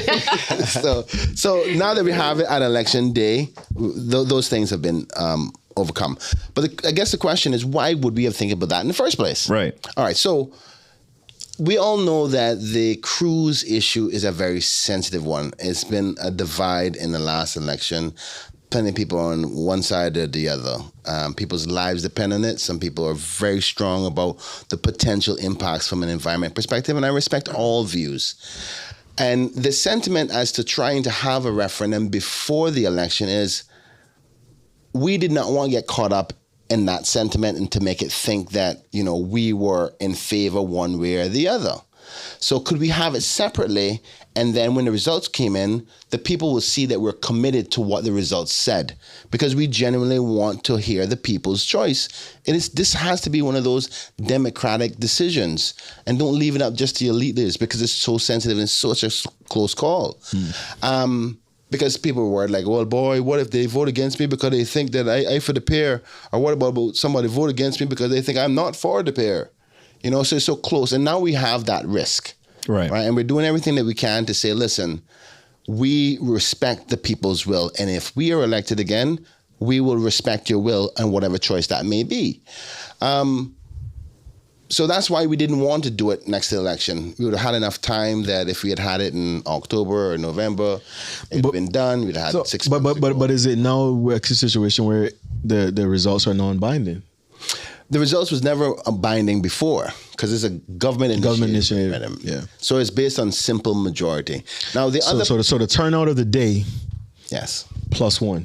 +1. Okay. No, the majority of those who turn out on the day +1. Sorry. Yeah. So my other kind of criticism was that even if you vote yes or you vote no, my problem is that you're voting on an idea because people that may want to vote yes may not vote yes for a facility, not knowing, well, what does that consist of? What does it look like? How much impact are we looking at? Right? Because I might not vote no if you go in this way. I might vote yes if this thing's going over here. Right? So you have that element in there as well. So is the impact on the environment the biggest issue with the pier now? That's the most contentious issue for the people that don't want it, I believe. But then wouldn't that be for like having to choose between the impact on the environment and then the Cayman people itself, the people that depend on because some people have different proposals, right? Some people have a proposal that we don't do it in town, we put it out somewhere else, right? Wouldn't you have the same impact on the environment somewhere else? Well, the thing is, because you have 7 Mile Beach that could potentially be impacted. But 7 Mile Beach is being impacted right now with a pier. It is, but we don't. I mean, you don't know without the EIA. KB, you sound like a link-up host. Yeah, He's getting them one-liners in. You don't fit right at home. So, but you don't know what the Cuban links until the EIA is complete. What the impact of the pier would do to the beach, right? And so, I don't want to demean another part of the island, but you can kind of afford to. Yeah. You lose 7 Mile Beach, then Yeah. No, but Chris, what do we have then? Honestly, in the way the global like the issues that we have in the world now, global warming and all that, in 100 years, 150 years, there's a chance that Cayman might be underwater. Yeah, we understand that too. But you say YOLO, peer it up. But we might as well. Basically, because as KB said, the beach is already gone. Look at Royal Palms. Look at some of the houses, like some of the condos that are there. Like, yeah, but granted, we still have to respect. And I'm by no means am I any kind of scientist or whatever proclaimed to be. I don't know. But all I'm saying is that if you're going to vote yes or vote no, it's kind of hard for me to justify voting on an idea, not knowing what we want the proposal. What the proposal is. Now, previously there was a proposal that was put forward before, when the previous administration got criticized for kind of ignoring it, and then they were put under pressure because of another issue, and then they called a snap election.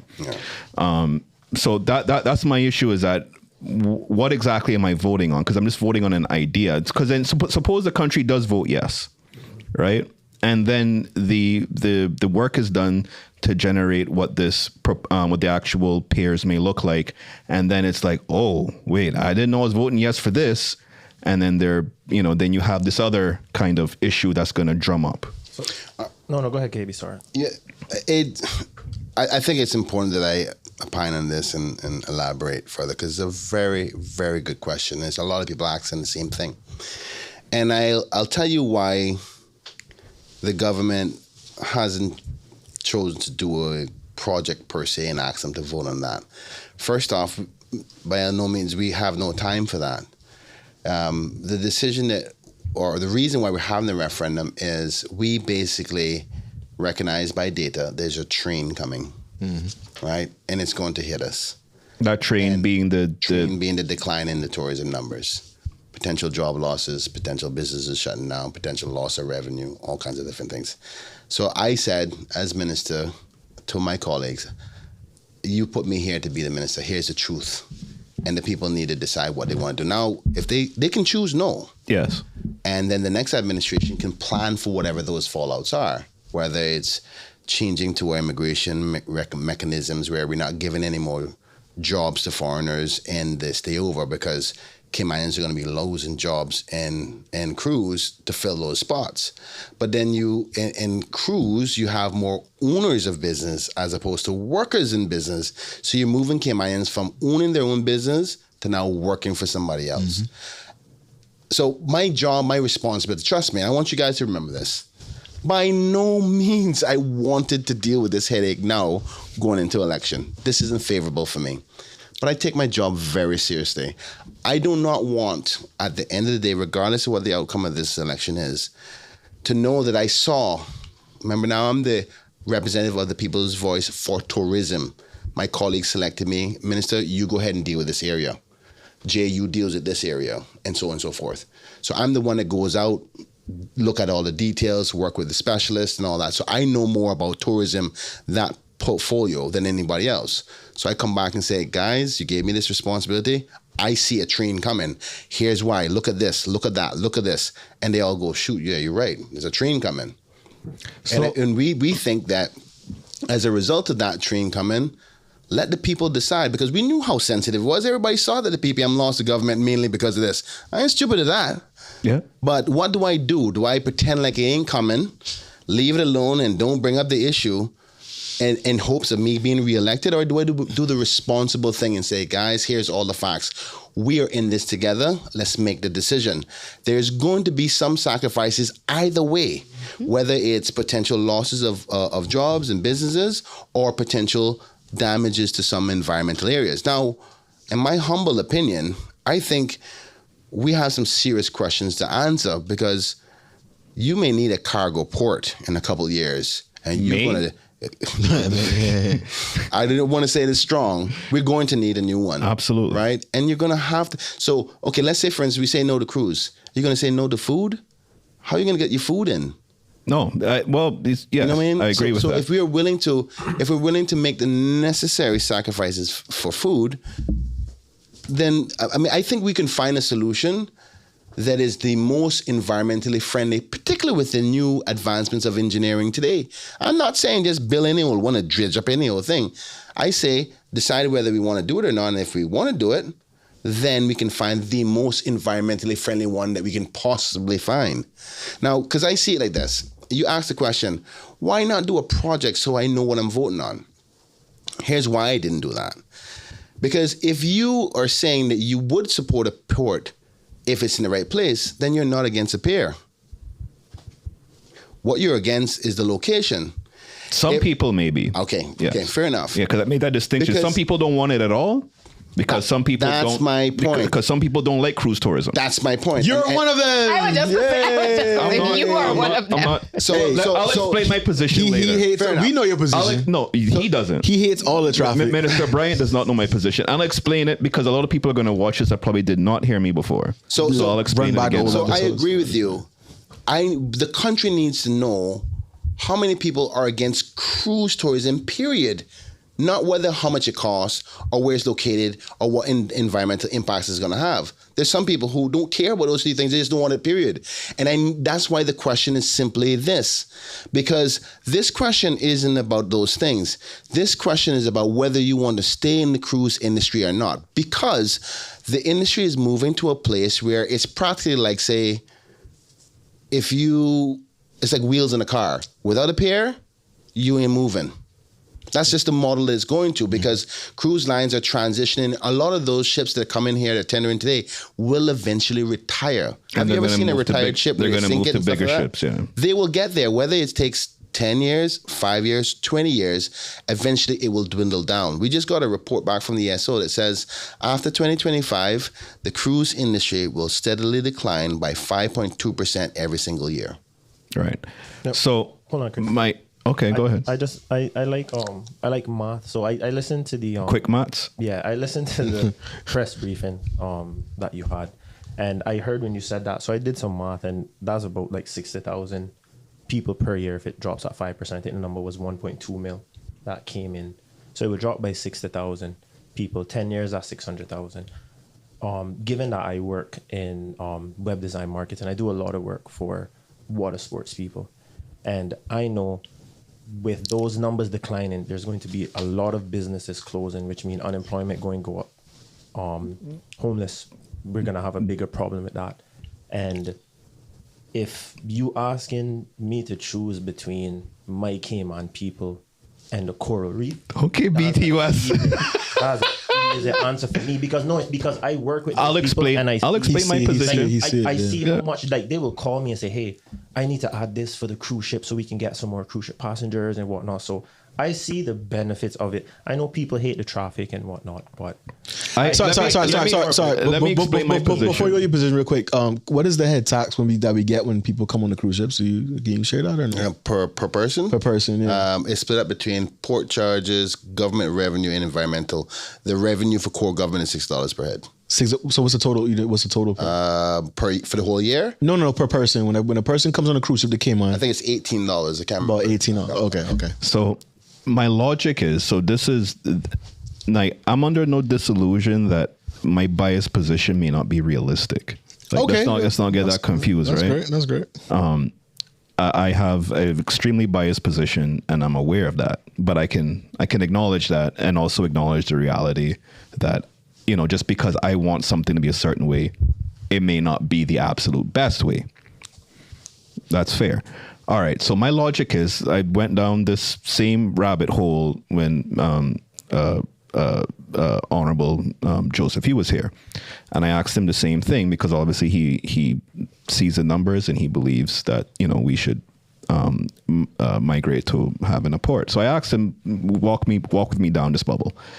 If the people vote no and they don't want a port, all right, what would be the plan? In my mind, it's like, well, okay, we have Georgetown, downtown Georgetown. Is there some kind of plan that we could move to get business, get these people that would be out of jobs back into jobs? So what would those jobs be? Bars, restaurants, shops where people that will be eventually living in town will actually go to. are you going to tell a fisherman to run a bar? Well, well, not a fisherman. No, somebody that specializes and take people on tours, a boat captain, stuff like that. Well, the boat captains aren't going to disappear overnight. We still have a large number of stayover tourists that book these things, right? We still have those numbers coming in, right? The people that will heavily be affected are the people, even with the cruise, when the piers are built, the tenders are going to lose their jobs, right? So those guys will have to reskill or do something else other than drive the boats and take the passengers off, right? So something's gonna have to be done. But what I'm saying is that in Georgetown, we have all this space. We got more than enough jewelry stores that I can't stand, right? Get off my lawn. At the end of the day, Cardinal Avenue has been beautified. It looks amazing, but the majority of people that enjoy it are not from here. It is the cruise tours, the cruise passengers that are enjoying that section of road. My proposition was solely that, well, how about we transform that road into a place where people can actually hang out after work? Why is it that people can't go sit outside and eat dinner, have some drinks right out there? That is my vision. The same way that how we can go up to Dartville and go out by the Crescent and hang out there after work. Why can't we do that in downtown Georgetown in a nice environment? I might not be able to have night carnival there again. Well, I see your point, but I think it's sorry. I think it's a separate point from the cruise pier, though, because I think you're talking about revitalizing Georgetown, and you are right. You need to I'm be just able saying, in the event that the people vote no, what would be the idea? Like, then what happens with downtown. Central Georgetown, right? Because Gotcha. I'm not stupid to say that we just kill the port and then, well, downtown you just stay the same. I'm not saying that. One of the ways we could have done that, and I think even the last administration have tried to do it, and one of the biggest problems from preventing it to happening is the sewage situation, which is the live and work spacing, where you could find apartments upstairs. In any major city, there's shops down at the bottom. Mixed residential. Upstairs, right? Now, the reason why you get so many jewelry stores and t-shirt shops is because the people that rent those properties can make the most money off of the people who want the properties. And the people who want those properties the most are people who are tendering to the cruise passengers. Now, if you had foot traffic from people who were living upstairs, then you would probably have somebody say, I'm willing to pay you the same prices at jewelry store Absolutely. to open a restaurant right here or a mini mart or something else because the foot traffic is there. But the foot traffic leaves after 5, right? So they go, This is why am my I problem. here? So I get your point, but I think it's separate and apart from the cruise situation because you could have best of both worlds. You can have. Can we get rid of jewelry stores? I think the best way to get rid of the jewelry stores is to have the competition where you get some people, residents upstairs, and I'm certain that the people like. It just bothers me that the entire Georgetown is just filled with jewelry stores, and there's literally nowhere to really you have the 1-2 shops, but I just feel downtown Georgetown should be a place where people can actually congregate and it's a ghost town at nighttime. So Chris, why you don't open your business in Georgetown? Are you gonna give me the loan? You got the links. I'll be honest with you, Chris. I agree with you. I'm so tired of seeing jewelry stores too. Yeah. But the truth is, there's nobody who wants to open a business. And because there's no one there. So which is why 1GT is kind of the beginning of bringing people back into town. I agree with that. And I don't really think that spot may cause a little bit of traffic, but I appreciate what is happening, and it's going to help town. Hopefully there will be some people that want to open up a business because people are going to want to walk around or be close by. Obviously town needs some parking. I think it's coming. I think when you have those those complexes like 1GT, you're not going to have the ancillary services that are going to be needed, and people are going to need to go to a pharmacy or go to get gas. Like all these, it's a matter of time. It's going to come back. It's going to come. It's going to come back. And the thing is, with Chris, such a diehard town, he just mad because they closed the road, basically. And now the traffic is even worse. I'm not just mad that they closed the road. I'm. You know what? I like Chris. Cardinal Avenue the way it is. Done 114 episodes. I'm just playing with you. I enjoy it. But see, you know that. But everyone that's listening in Facebook land does not know this. Okay. Wouldn't what Chris said require the government now to mandate what landlords can actually do with their properties? The zoning and stuff. It's like the that. zoning, right? So you can do mixed use now. Well, I don't know if you can do it. You can do it now, but I guess to Minister Bryan's point was talking about there was something about the sewage. Yeah. So it's difficult to transition some of these offices into residentials because of the way that they're constructed. Like when you're in an office space, you don't shower, you don't have to go out. So the usage of the sewage waste is a lot more heavier. Mm-hmm. So that's why you had heard many times Mr. Bo Miller talking about Cayman creating its own sewage.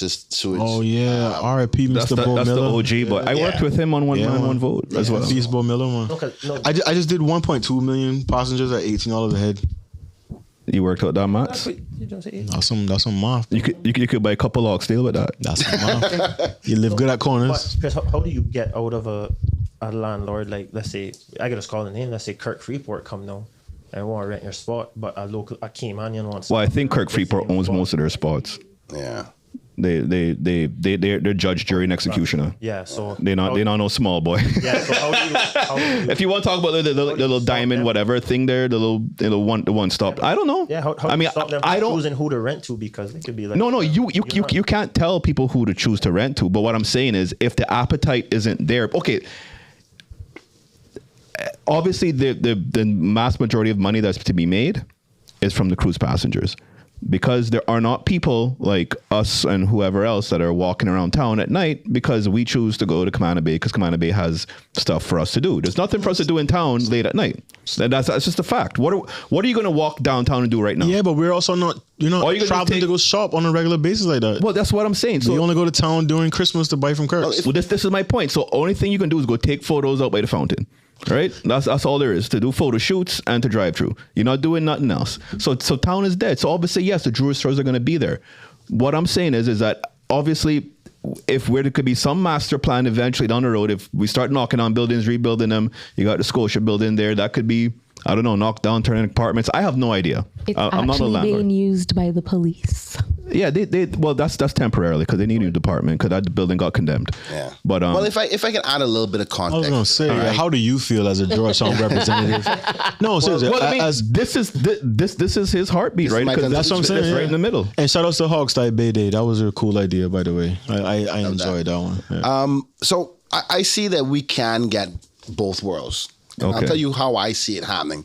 The reason why there is more people who want jewelry stores and all those things is because that's where the profit is, because of foot traffic. I explain that part. I believe if we can accomplish the residential component, that a business owner can see the profitability and say, I will compete with the competition for rent, right? And we don't know whether people are renting the jewelry stores just because nobody else wants to rent because there's no other business, period. So it's not like there's only jewelry stores or only tourism related stuff. It's just that until the foot traffic is created, ain't gonna happen. So let's talk a little bit about the whole redevelopment of the area. Government has to come up with strategic ideas to incentivize redevelopments. Look at the Thompson building. That building is older than my grandfather. Yeah. Right? That's so the OG ain't much building. you can do, but it's a landmark. Right. Let's say, for instance, they want to remodel that. Maybe government, rather than giving away concessions to hotels, give a concession to a Caymanian owner and say, I'll give you a concession to rebuild this big building and allow you to put in the proper engineered sewage systems where there's residents and shopping below. So we have to incentivize it, right? Because we're turning an old town potentially into a new town to modernize it. So it's a combination of things, of market forces that will draw those back naturally, right? So I don't see a cruise pier being a negative to it. Because matter of fact, if we were to develop a good cruise pier that is environmentally friendly with the least amount of damage possible, I believe that we can have cruise ships stay overnight. And then that's a reason for a bar or a restaurant to be open. But we have to change our gambling laws too, though, because that's the thing too, though. Yeah, well, that's the casino. The casino, they want to. They're not gonna want to stay without the casinos being open. Yeah, but I mean, I don't see any. As a matter of fact, the Honorable former Premier Wayne Panton gave me the authority to speak to the cruise lines about being willing to stay overnight if we allowed them to open the casinos. We were ready to do it. But after discussions, they said it's not only that, it's the tendering at night. The risk for tendering gets worse. Yes. Have you ever seen somebody drop overboard at nighttime? No. You're not finding You're them. not finding them. Yeah. And they said we'll never do it if you without a pair. Because the insurance and liability, all that. The first thing too, Americans can't swim. You know that. You definitely not finding them. Nah, that's I thought it was Jamaicans that couldn't swim. No, Americans can't swim. that's a good insight. Well, I mean, like, that was actually going to be my ask, because with a pier, you do allow cruise ships now to stay over, because I've been on cruises where you stay overnight and you can venture off the boat, go walk around the area, and then come back on. And that's valid. You want. You think about the business and ideas that's valid. But it then hopefully that would bring more bars, restaurants, places to hang out in town. That it's all I want is for people to be in town, to enjoy. Well, that might mean getting a down pier. It's possible. Okay. Yes. Okay. Like I said, I'm under no disillusion. I always respect you for that. Yes. I have extreme bias. I just don't like seeing. You stressing Like a D out fever. on the bottom. My bias is I just don't like seeing tourists in town. Like, this meandering around looking like a bunch of, lost people standing in the road. You're like, they lucky we nice with our horns. They're paying to be here, though. They're lucky we nice with we horns. Because enough times I want beat, but I'm like, okay, mankind. I'm not gonna beat. You not being very mankind right now. Chris, can I ask a question? What kind of car you drive? I just want to make That's the real question. You tell the people, Chris. Just tell the people. Shout out to Honda Fit Nation. All right, Honda Fit Nation, we out here. You can't afford to hit no But tourists. but hold on. They're just very angry. You see, the thing is, right? I'm gonna be a part of an extinct species soon because they're all crashing, but I'm gonna survive. So I'm gonna be the antique. So We gonna put yours in the CI museum. It will soon come. Why not? Sorry, KB. You had an electric scooter. Why not? I got flat tire, man. I need to get it fixed. Shout out to my boy Matri. I need to go check him to get it fixed. Yeah. All right. Anyway, so the minister's getting back into his journalism, but he has a question. I just know because not only is she my constituent, but she's the female in the room. We have to give her respect for that. I want to hear your thoughts About the port? about the cruise boat. I'm fine with the port. I just don't want the port in town Okay, why? because of the foot traffic. Because of foot traffic. Yeah. she won't drive to town without trying to run somebody over. Okay. Fair, I'm that's not not- passionate as Chris about not seeing them. I know that obviously tourists they bring revenue into our country, so I don't mind seeing them, of course. But I just don't want the port to be in Georgetown. Well, if you think, sorry. Pardon? Where do I work? In Georgetown. Area. The area of In Cricket Square. So where you? Could we go eat in town, brethren? Where you go to eat in town? Tell What do me. you mean where I go eat in town? I just asked. Office. You go to office and you drive waterfront? And then on top of that, the white whale. You ain't about going white whale. Yo, anyway. Stop lying. Actually, I'm just Stop lying. They got a bomb No, ass. but remember they have food in town like Casanova and Cayman Cabana. All Oh, those so places. we've hit that point in the pod where we're talking about food. All right, where we at for time, D? Cause that's a sign. We start talking about food. Well, you know what, Minister Bryan? Maybe you Minister could. Bryan, no. Maybe Oh. I've said it numerous times. Maybe we could get the communications office to make a wonderful package to give to the tourists as before they get off the ship. That it comes on their TV to say, "This is how you use a crosswalk in the Cayman Islands." They do get to the stop. They do get to the light. And they forget where they like. That should literally be on the friggin' the man that's not says do not walk. no, but granted, they are walking. There are police sometimes that will be out there. Shout out to That the will dancing be- policeman. Yeah, that would be guiding the traffic. Yeah. He made what he Make sure that it moves and whatnot. Yeah, man, Can shout I out to can I him. just add 2 points? One, if you had a pier, the efficiency of people getting on and off the ship becomes better. That means you won't have as much lines close to the road. So that would help the traffic a little bit. That's fair. The second point is there is a master plan of roads that are being developed around the central area right now. They just haven't come into effect yet, which will alleviate the stresses of the traffic downtown. For example, you see the one there that's coming out By on the Rockhold? waterfront, by Rockhold. That will come straight out to Eastern Avenue. So eventually, Is that but the one that's supposed to go by Blue Marlin? correct. Yeah. So you have Eventually, more there's a number of connectivity. systems that even when the Honorable Joey Hugh was there, that they started. So there's engineering mechanisms where, regardless of what's happening downtown, you can avoid downtown. But they haven't come into effect yet. And there's a lot of acquiring of land and gazetting and all that stuff, and it costs money. So eventually, even with a pier, eventually, whether it takes the next 3 or 5 years, you're going to have a road system that you can get around it without even going through town. So I hear your point on that, and I'm glad you said it, because what it forces me to do as minister is go, okay, somebody's thinking about it from a traffic perspective. I need to show them the road plan, not to worry about traffic, because it's not going to be a big deal once these road systems come into play.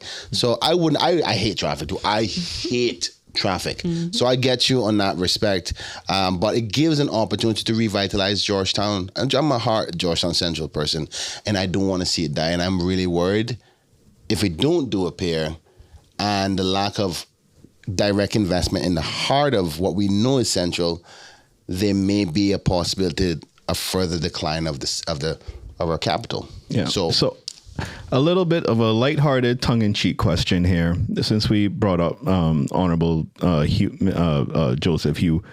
Why you kill off his hop off bus for? I didn't kill it. That wasn't It it. was never extended. That was him. He never had it any further than that, and so it wasn't me that killed it. It was matter of fact. Are you saying that? Ask the Honorable Joseph Hugh. It wasn't actually on the transport. It was actually under his ministry of was it public works or something like that. Maybe so it was never under something that was under my. So you never signed off on it stopping? No. That was not you. No, you can have to Wyatt. But when I say Chris Messi, I'm just asking the questions people want to know. No, but it's a good question. But I have a question. I think people want to know. Based on the press briefing that you said today, you mentioned about the decriminalization of weed. Yeah. Potentially. I just wanted to know if that should come to light and it does become like decriminalized, small amounts, what would happen to, let's say, people that are currently serving time for something like that? Would that affect them? That's a good question.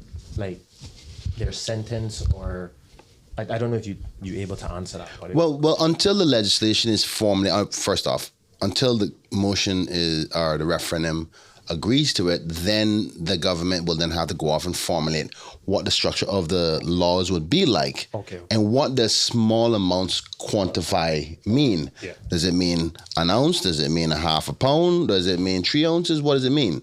And I suspect, and it's probably inappropriate for me to opine on this, because the decision will be made when the laws be made in Parliament. So I can't tell you what it's going to be. Okay. We're going to get legal advice from the police department. What is it? What is considered to be personal use as opposed to that man selling? Yeah.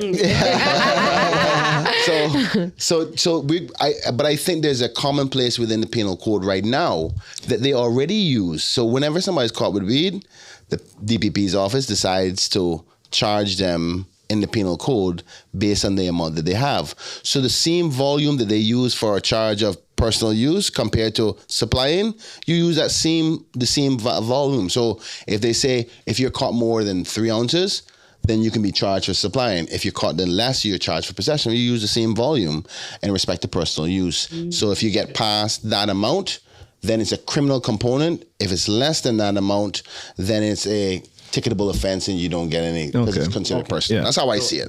Last question from me. Last question. You ask all the questions you want. How close are we to getting Saturday nights extended? I have to ask because We need Sunday trading too, bro. We got. He got a been lot. pushing on that, He has babe. a lot of God-fearing people in his constituency. You have to understand. no, I understand. I go to church, right? But two things could be true. But I do think an extension of Saturday night would be beneficial. A little 1 a.m. Yeah, and I'm asking for nothing too crazy. 1 a.m. would be. That was a waste of time. you An know- hour's a waste, bro. No, Because no. well, you could, 1 hour? Well, no, because you know even you know the main case for that is so many restaurants and bars already applied for the 1 a extension because so many of the big boxing and MMA fights yeah. happen. They run to 12. So they're applying anyway on the regular, probably at least 3 times a month for an extension. And getting denied. Some of them. Sometimes. Well, so I'm gonna- it just makes sense from a business perspective to at least 1 a.m. to accommodate for that, because you're doing so much administrative work processing all those applications on a monthly basis for so many different establishments. So I will say, as soon as I saw that Julie became the premier, I was like, yeah, That's never. this ain't never happened. Cut from Kenneth. But we sell beer in the gas station, no, bro. Like K1 has changed, bro. Like Yeah, this I is- agree. I agree. I'm gonna tell you my personal opinion. Again, it has to be done by the majority of the elected members. And if you want that change, particularly that just generation, you go out when somebody comes to you with their manifesto, be like, "Yo, do you support extending it?" And if you say no, well, you can't get my vote. If you say yeah, you can get it. You have to, dictate who you want. Straight up. I mean, this is how it is. I mean, and here's another reason why you have a lot of old school type of politicians or old school thinking politicians. It's because the older people are the ones that vote. Yeah. Yeah, Ask well, yourself we the knew numbers. that. Yeah. 100%. Yeah. Like how many? You look. You Average know, your age is like profile, 50? Your age bracket. You know how many people are registered there? Probably very low. You know what the average voter is in this country? Age? 4 to 5, they said. No. 4 to 5. Oh, I think it's 50. 54 or something like that. Wow. 54. 54 years old. Yeah. They're the ones that dictating the law. Every politician gonna listen to their vote and be like, I want to get voted back in. Yeah. Right? Yeah, So fair. if they say lock it down 3 days a week, you're lucky that you're not getting it worse. Absolutely. Right? So if you want to change, go get registered and change it. Right. You know what I mean? No matter who is in the way. So, but to say this to you, right? I don't see anything wrong where we again can't have best of both worlds. Because going to 3 a.m. on a Saturday night ain't stopping you from going to church in the morning. Thank you. Because the Right? people that typically going out to 3 a.m. are not the ones that going to wake up and go to church. In the Yeah, morning. some of them dudes too. Don't worry, they Some gonna of them go too. and just be a little quiet. Nah, but Got the shades on. Didn't Jesus turn water into wine? I Right believe so. It was I a don't think he would have had I problems. think it was a Malbec don't or think- something. Yeah. So, gambling now. I just wanted to make my case no, I don't gamble. Hold on. Pause that. I want to say that because that's the plus with the referendum date change. So it's no longer just be one question. 3. It's now going to be 3. Yeah. To look at decriminalizing small amounts of weed. Sorry, marijuana. Yes or no to port. And then the port, and then also now should Cayman have a national lottery? Yeah. I guess that's probably going to come around. So before I get it, I want to talk about some of your victories. I think if you would, say that you've had some victories. You've been trying to get referendum questions for a minute. It's become a joke thing now, even at what's happening. You've become that minister of, let me go and ask my constituents. Like, that's a thing. Mm-hmm. So how does that feel now that you finally have gotten your questions that are going to come to a referendum, and you can now have a mandate then to say this is what the people of the Cayman Islands wants? It feels awesome. I mean, I'll be honest with you, this participatory democracy is the best kind. Like, you can't argue with what people say. That's why people go, why is it not mandatory? Which politician that a referendum will happen by way of majority and they're going to go against it? They go on the next election. So just the mere numbers alone will keep the politicians in line. So I'm not worried about the whole, referendum binding thing, right? But from a I guess, success of having a referendum, I knew it was only a matter of time. Society is evolving. Social media is evolving. Knowledge is being more available and accessible. You can't be pretending and fooling people like how you used to before. People are taking their power back. Yeah. And I'm saying, don't try to grab it from them. Give it to them. But special interests aren't going to be liking the referendum ideas. Well, listen, I'm not here for the special interests. I'm here for my people. And they give me the directive. If they say they want chickens cut their head off every Thursday at 3 o'clock in the middle of town, then that's what I'm going out there to do, because that's what I've been sent to do. Jerk chicken, let's go. So, I mean, I'm a representative. I don't want to be a politician. I've always said that. My manifesto line says that. Not your politician, you're a representative. All right. Tell me what to do, and I'm doing it. So the gambling now, I was going to give my position that I don't gamble myself, but from a logical perspective, there's no reason why there should not be gambling here. Online gambling has never been higher than it is now. With sports parlays, with picks, everything else that is happening, it is so easy to engage with gambling activities. Even if you're trading currencies online and stuff, that's a gamble, right? When you're, that's true. So all of that stuff is happening already. It is a gamble. Yeah. Not with me. All right. Not with me.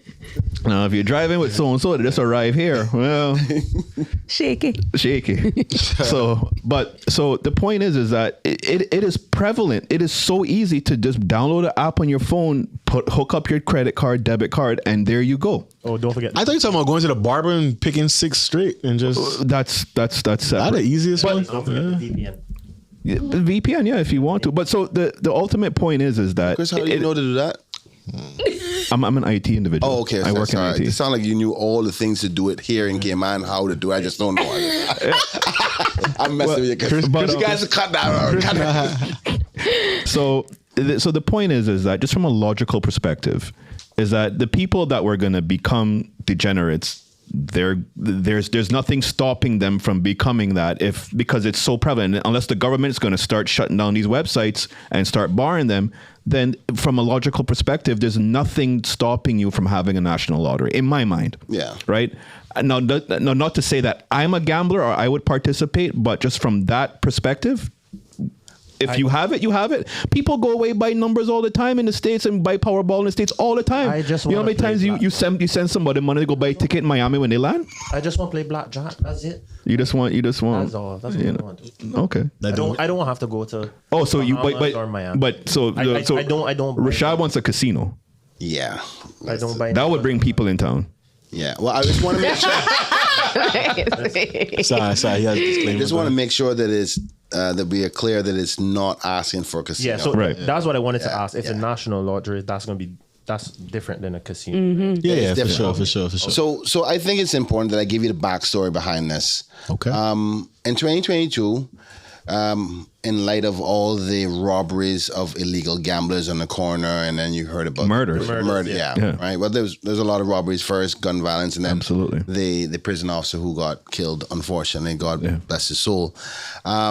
the police came to us, the then commissioner, was the former commissioner, said, listen, you guys need the reason why we're not tackling this is because the penalties are too small. Like, you can get $40 for a ticket if you got caught selling numbers. Like, why am I going to waste court time, legal time, police time for a $40 ticket? So they came to us and they said, in order for us to address this very serious thing that is encouraging the criminals to go and rob them, we need more strength in penalties. So they said, they want to bring this bill. It went out to public consultation where if you got caught with the numbers, people go from $40 to like $3,000, and it went to Parliament. And as expected, all members are like, no, man, this is too commonplace. I remember you remember Alan's comment was like, I must increase it to go lock up one little old lady who won one little number. Yes, you remember the comment? Of course. Like one little number. Of course. Just to get some food in her fridge. Buying numbers here is kind of like a pastime. Exactly. It's like a norm. Like, it really is. So the thinking then is not that we're saying we're encouraging a national lottery. But before you want to resolve the problem of the black market of illegal behavior, why don't you just ask the people whether they want it to be illegal anymore in the first place? Because the truth is, the reason why you have so much criminality around it is because it's in a black market, not the act itself. Because the reason why robbers go after people who are selling numbers is because they know they can't call the police themselves. Right, yeah. It's not like they're going to hire a Brinks truck to pick up their money like Fosters do to take it to the bank. Matter of fact, they can't deposit in the bank, and that's where you hear robbers saying they're showing up the number man house. You're right. Right? So you can't put the security mechanisms in place to make it safe. So if you just made it legal, if the problem that you're trying to fight isn't actually the selling of the number, it's actually the criminality around it, why don't you just legalize it? So what we said is, before we agree with the police that we have to do something about this because you're leaving the market vulnerable and people in the society vulnerable, even those little old ladies, like Alan would say. So, but how do you not know? They just would rather it be legal. So let's ask them first. If they still say no, then you go back to the police commissioner and say, they still want it illegal. Now you're fully justified to increase the penalties. That's what we decided to hold back on the gambling bills, increasing penalties, with the notion of getting the answer from the people first. Some of them barbershops sweating, man. Oh, them barbers sweating. If you see somebody collect the national lottery in a Spider-Man suit, just know who. Like you? Yeah, not showing my face. Yeah, one of the things I think, obviously it's not going to be like the Florida, mega millions and 50 million, but, Can get a couple the million. idea is that you'll probably use some of the money for taxes, I guess. Yeah. Or to put towards. They go to the right things, whether, kids, schools, roads, NAU, health insurance for seniors.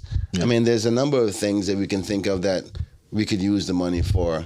And that's what most other jurisdictions do, the same thing. They use it towards sporting or scholarship education or environmentally friendly things. I mean, you could specify it for whatever you wanted to.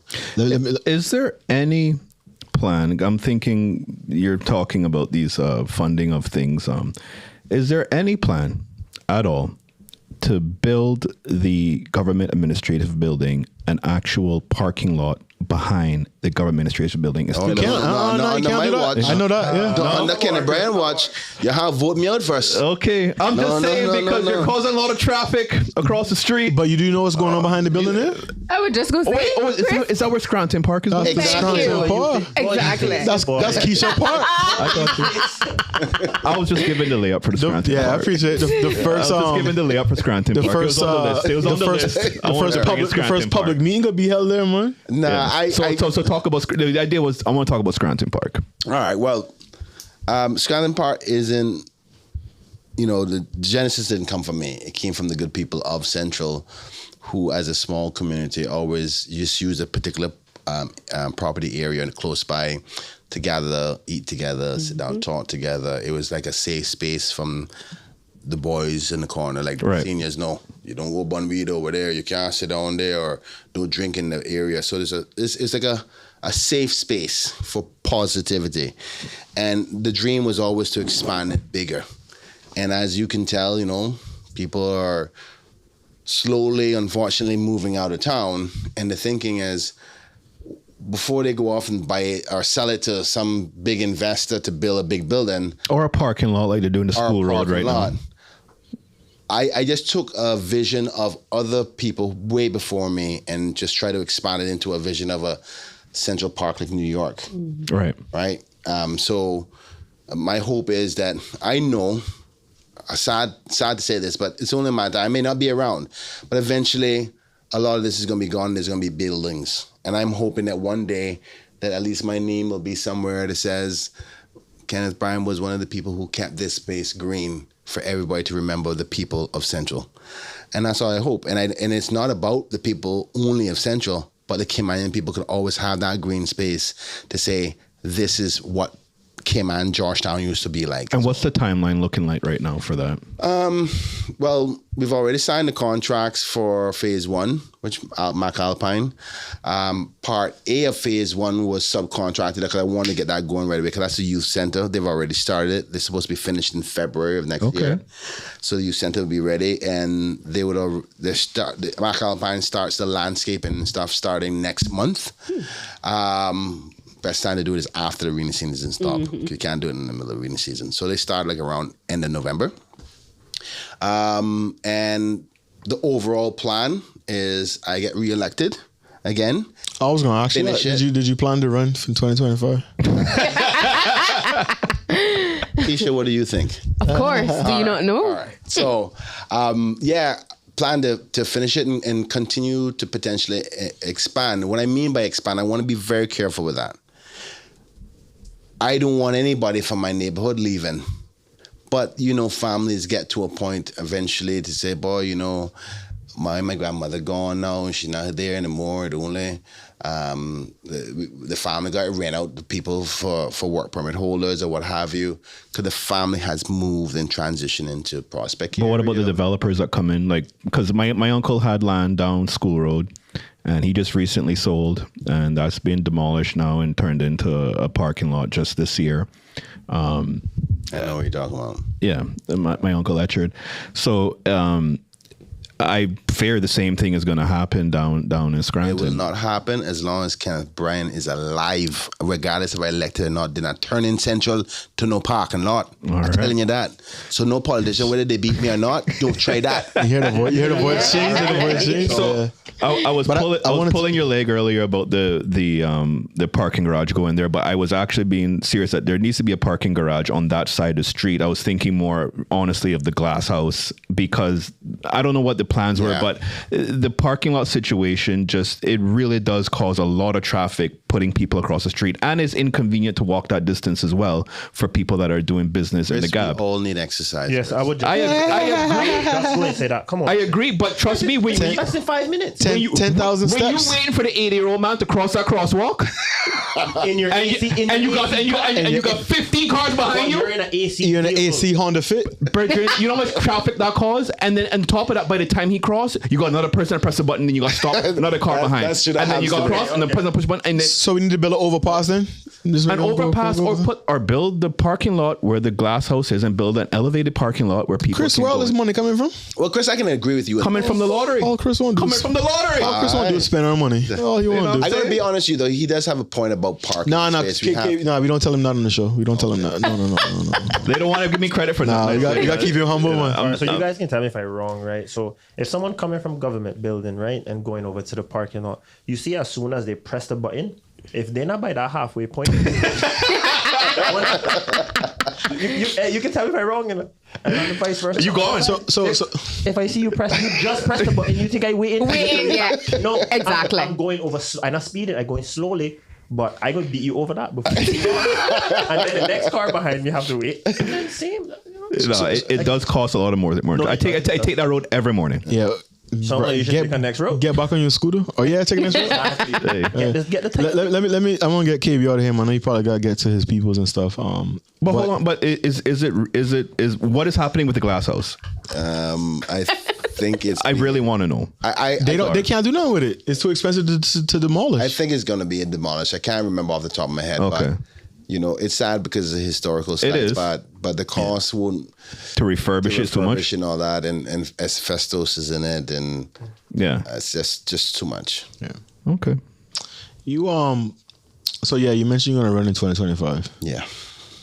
Are you have that Kobe mindset? Are you prepared if you're not successful, and what does that look like if what's the future for Kenneth Bryan if he's not in government? Is that a reality for you? Or are you just not? Are you zoned in and you just on some? Firstly, Kobe would never think that way. That's what I asked. I asked if he's got the mama mentality with this. or does he respect the institution of what this game is? Like we said earlier. He said it's not a game. You know what I mean? Come on. Thank you. You know what I'm saying? Respect Are my MP. you looking all angles, or are you just locked in and you ready for 2025? Definitely more locked in than anything else. I have no intention of losing my seat. I'm committed. I think even with all the feelings of, some stuff in the administration, maybe not seeing me enough, I think my people know where my heart is at. Most of my potential feelings are self-inflicted by trying to do too much, and I really believe in the Cayman people, and they can see real, they can tell fake, right? And I don't know how to be that other person. I just wear my heart on my sleeve. Sometimes my own team even tells me that, I need to keep it together. But I believe that people are going to re-elect me again. But I'm going to tell you an inside joke. I said, it's in the best interest for all politicians that I get re-elected and be back in the cabinet. I'm going to tell you why. There's 3 options. One, I'm re-elected, back in cabinet, and I'm obligated to collective responsibility.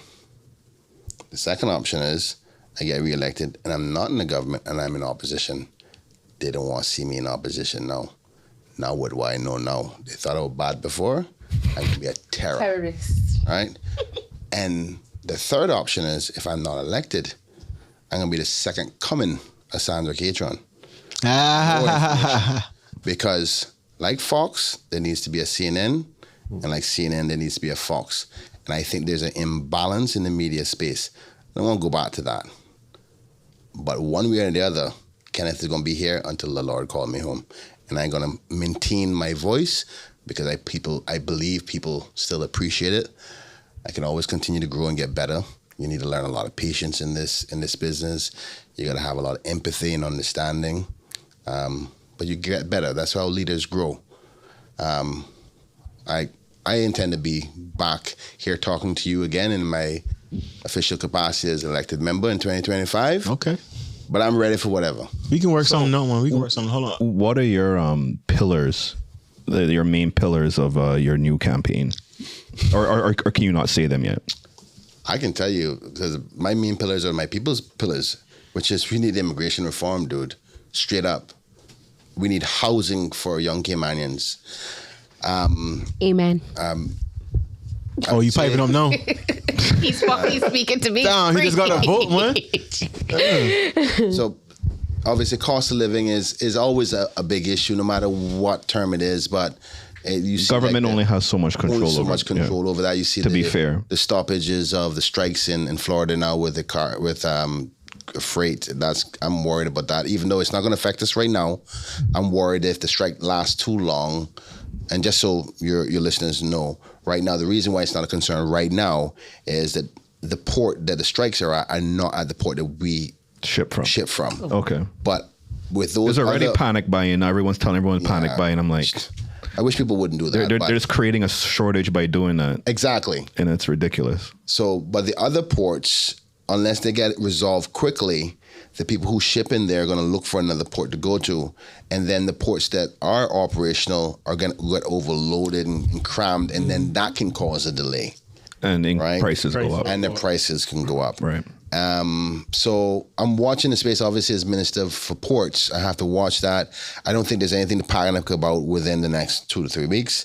But even the governor and I in the Foreign Office have spoken about watching this space. Because interestingly enough, I just found out with correspondence, I can't tell you where the correspondence comes from, but international correspondence, that Biden will not interfere. Yeah, he said yes. Yeah. I was like, I've man, seen I'm That's mad right. about that That's because right. he could resolve the problem, but it's election season, you see. Yeah. So Yeah. if he steps out now, he could potentially lose all of those. The blue collar workers. Union Yeah. workers. Union, yeah. Yes. Milk teams. might be $50 in the bra. In the so let me try to get us out of here real quick. Couple things. You guys had a chance to announce the election date. What y'all hit you on the election date for? Well, that is not for me to call. It's for the premier. for the premiere.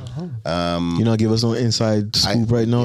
We haven't discussed it. It's There are still to rumors be in floating around that she April. wants to wait till June, July. Right. There are rumors. I'm just saying. Like, I don't know if they're valid or not. I'm just saying. I I don't think you can legally. our You can't barista over here, legally go tea guy. to July. Okay. Right. The Constitution It says clear in April. respect. I'm just. Before So year. we can stop it right here. Okay. Yeah. Well, fair the enough. election law says, the Constitution says there should be an election 4 years after the swearing in of the last of the last government. So do 4 years from when we were sworn in. You should know what the date is. Okay. But it's not something you can change. Yeah. Right? You It is. you also mentioned Sandra Catron CMR. Chris, that was you that made that note about the relationship with CMR? Oh yeah, what's your relationship? Obviously, there's been, but what is your current? Because I know you called in the other day Yeah, I saw and, you have and you spoke, but like, is your relationship? What's your relationship like? I guess ultimately, what is your relationship with CMR right now? I'm a politician. She's a radio host, and she got a job to do, and I got a job to do. Okay, no, because the reason I ask because I guess the visuals around that were when the PAC government was in, you guys were frequenting the show, coming on, and then obviously she was a big supporter of Wayne, and when Wayne stepped down, she was quite upset with a lot of members that were opposing Wayne. So I don't know what the dynamic was thereafter, right? Okay, I see your point, and there's no way you can hide that. I think has a fond relationship of the former premier, and she has a right to pick whoever she likes. I mean, I can't stop her from doing that. I don't think I particularly have any kind of relationships with any media house. I do whatever regardless of, because I mean, she's said horrible things about me that are not true herself, right? But I always compartmentalize my job. My job is more important to me than anything else outside of my kids and my family, right? So even if that means I had to call in and be beaten to death by her supporters who don't anything that she says they will follow, then I'd have to do it. Like when I called in with Wayne, I had to clarify that, knowing riskfully that everybody's going to jump on Wayne's bandwagon because that's who they support, because that's their little clique that they got over there. But I couldn't leave the audience to think only one side of things, right? My obligation is to make sure people see it for themselves. Because I always say, and this is the same thing with this referendum, I'm not worried about the people who are against it or the people who are for it, They are going to hold their positions no matter what. It's the people in the middle who haven't decided yet, who are always the deciders of any direction of a country. I will say I did appreciate the fact that you and Wayne did have a conversation. It did get a little whatever, but it was still, respectful. You guys had differences of opinion, but you guys got on the phone and you answered each other's questions, and you did the jousting match, and you parted ways with peace. I don't think we could have really had a lot of that with some of the former figureheads that we, Oh, for sure. I think we should do more of it. I think so too. I enjoyed the conversation. So we'll get him and you up here next time? Yeah, I'm down for that, man. All right, let's do it. Down, man. It's time to get something to eat, man. I think we went a little bit. D is behind the boards. He's tired. Shout out to Tony helping us out as well. You guys have any final comments or questions or anything you want to say before we go out of here? You ready for food? I'm starving. Chris, you good? It was a great conversation, man. Yeah, it's a diversion from our usual. We usually do special episodes, but we just want to do just a regular episode, and just had a guest of honor, so we do that. That's cool, and I'm happy for me. Yeah, you got any final comments? Just appreciate reaching out to a fringe media group. The new media. I think this is gonna pick up a lot more, particularly on YouTube. We literally started this from, or like I say this over. We recorded our first episode around a dinner table inside Singh's Roti Shop with customers inside the building. Shout out to Mafia. That was literally, he let us go in there. We set up took a table and put up the mics, and that's how we started, from literally that. And never really imagined we would get to this point where you never imagined that? Getting to this? You're not a believer? Well, you dream it, but you never think you're actually gonna get there sometimes, Speak for yourself. But it's Well, we know who don't have the mama. Yeah.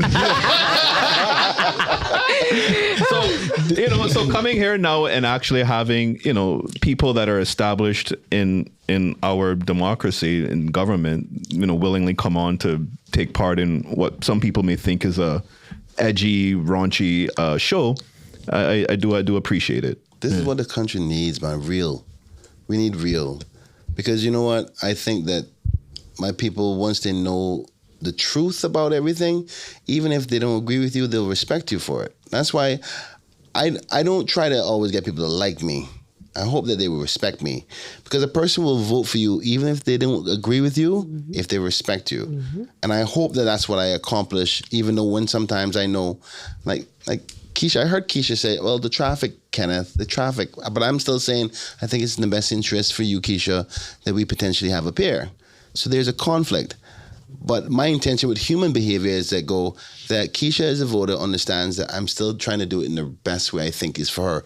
And she knows that my heart and my intention is in the right place. Therefore, she still does a vote. And I think if more politicians took things that way, you could still disagree with your people and they'll still vote for you and support you. You think my committee likes everything I say? Oh, they beat me to pieces. Is that true? Yeah, you beat him up. Right? She up there. His correspondent said yes. So it's she said that quick too. She was like, oh yeah. So I just be real, man. We're all human. That's what we wanted to do with the show. I mean, because I was seeing a lot of people who was just oblivious to stuff, didn't care, apathetic to politics, current events.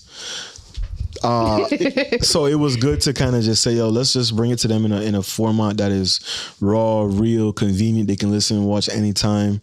They can hear from people like us, like them. So yeah, we do. We come a long way in a couple of years, and we thank you for braving the call. Let's come sit on the couch and not having no typical politician stance of what are the set questions and the decorum and the coffee and we want to be raw, we want to be real, so we definitely appreciate you taking the time to come up here. Yeah, just in case you're gonna say anything before I say my closing. No, I just want to say that she just being shy today. Normally she is out here. I saw the last episode. Okay, I saw the last episode. And I also saw. Oh, you saw that episode? Wow. I saw the one with Tony too. Okay. So, and when both of you guys were talking, and I was like, wow. But you know what? I really liked it. Like I'm telling you guys, I'm gonna binge watch everything you guys right now because it's probably one of the most realist shows. Some profanity here and there, but you're real. Like I can't do it anymore because God forbid I say something. But that's real, man. People curse, right? And it's just the life expectancy. It's like, one of the things that's hardest for me, and I'll wrap it up by saying this, is trying to live up to what the perception is. I'm still Kenneth, man. I'm still just a person who that the people have said, can you do this job and make sure you don't screw it up? Yeah. I'm still flesh and blood. Like, it could be easy Keisha being the Minister of Tourism or the Premier. And don't make all the nonsense in the media fool you. They're your brothers and your sisters, and just try to find the one with the heart that you know. So anyway, thank you for allowing me to be here. I hope I'm invited back. I really enjoyed myself. We'll see what we can do. You know what I mean? Let's see what we can do. We'll talk to HR. Yeah, we talk to HR. The running joke is Victor's HR. No, it's not. He does all the hiring and firing around here. You know what it is? You've been listening to the Link Up podcast. You can find us on IG @PodLinkUp. We hope you enjoyed listening to this as much as we enjoyed making this for you. We hope that you will visit us and see us again the same time, same place next week. Until then, be blessed, stay safe. God bless. It's the Link Up Podcast.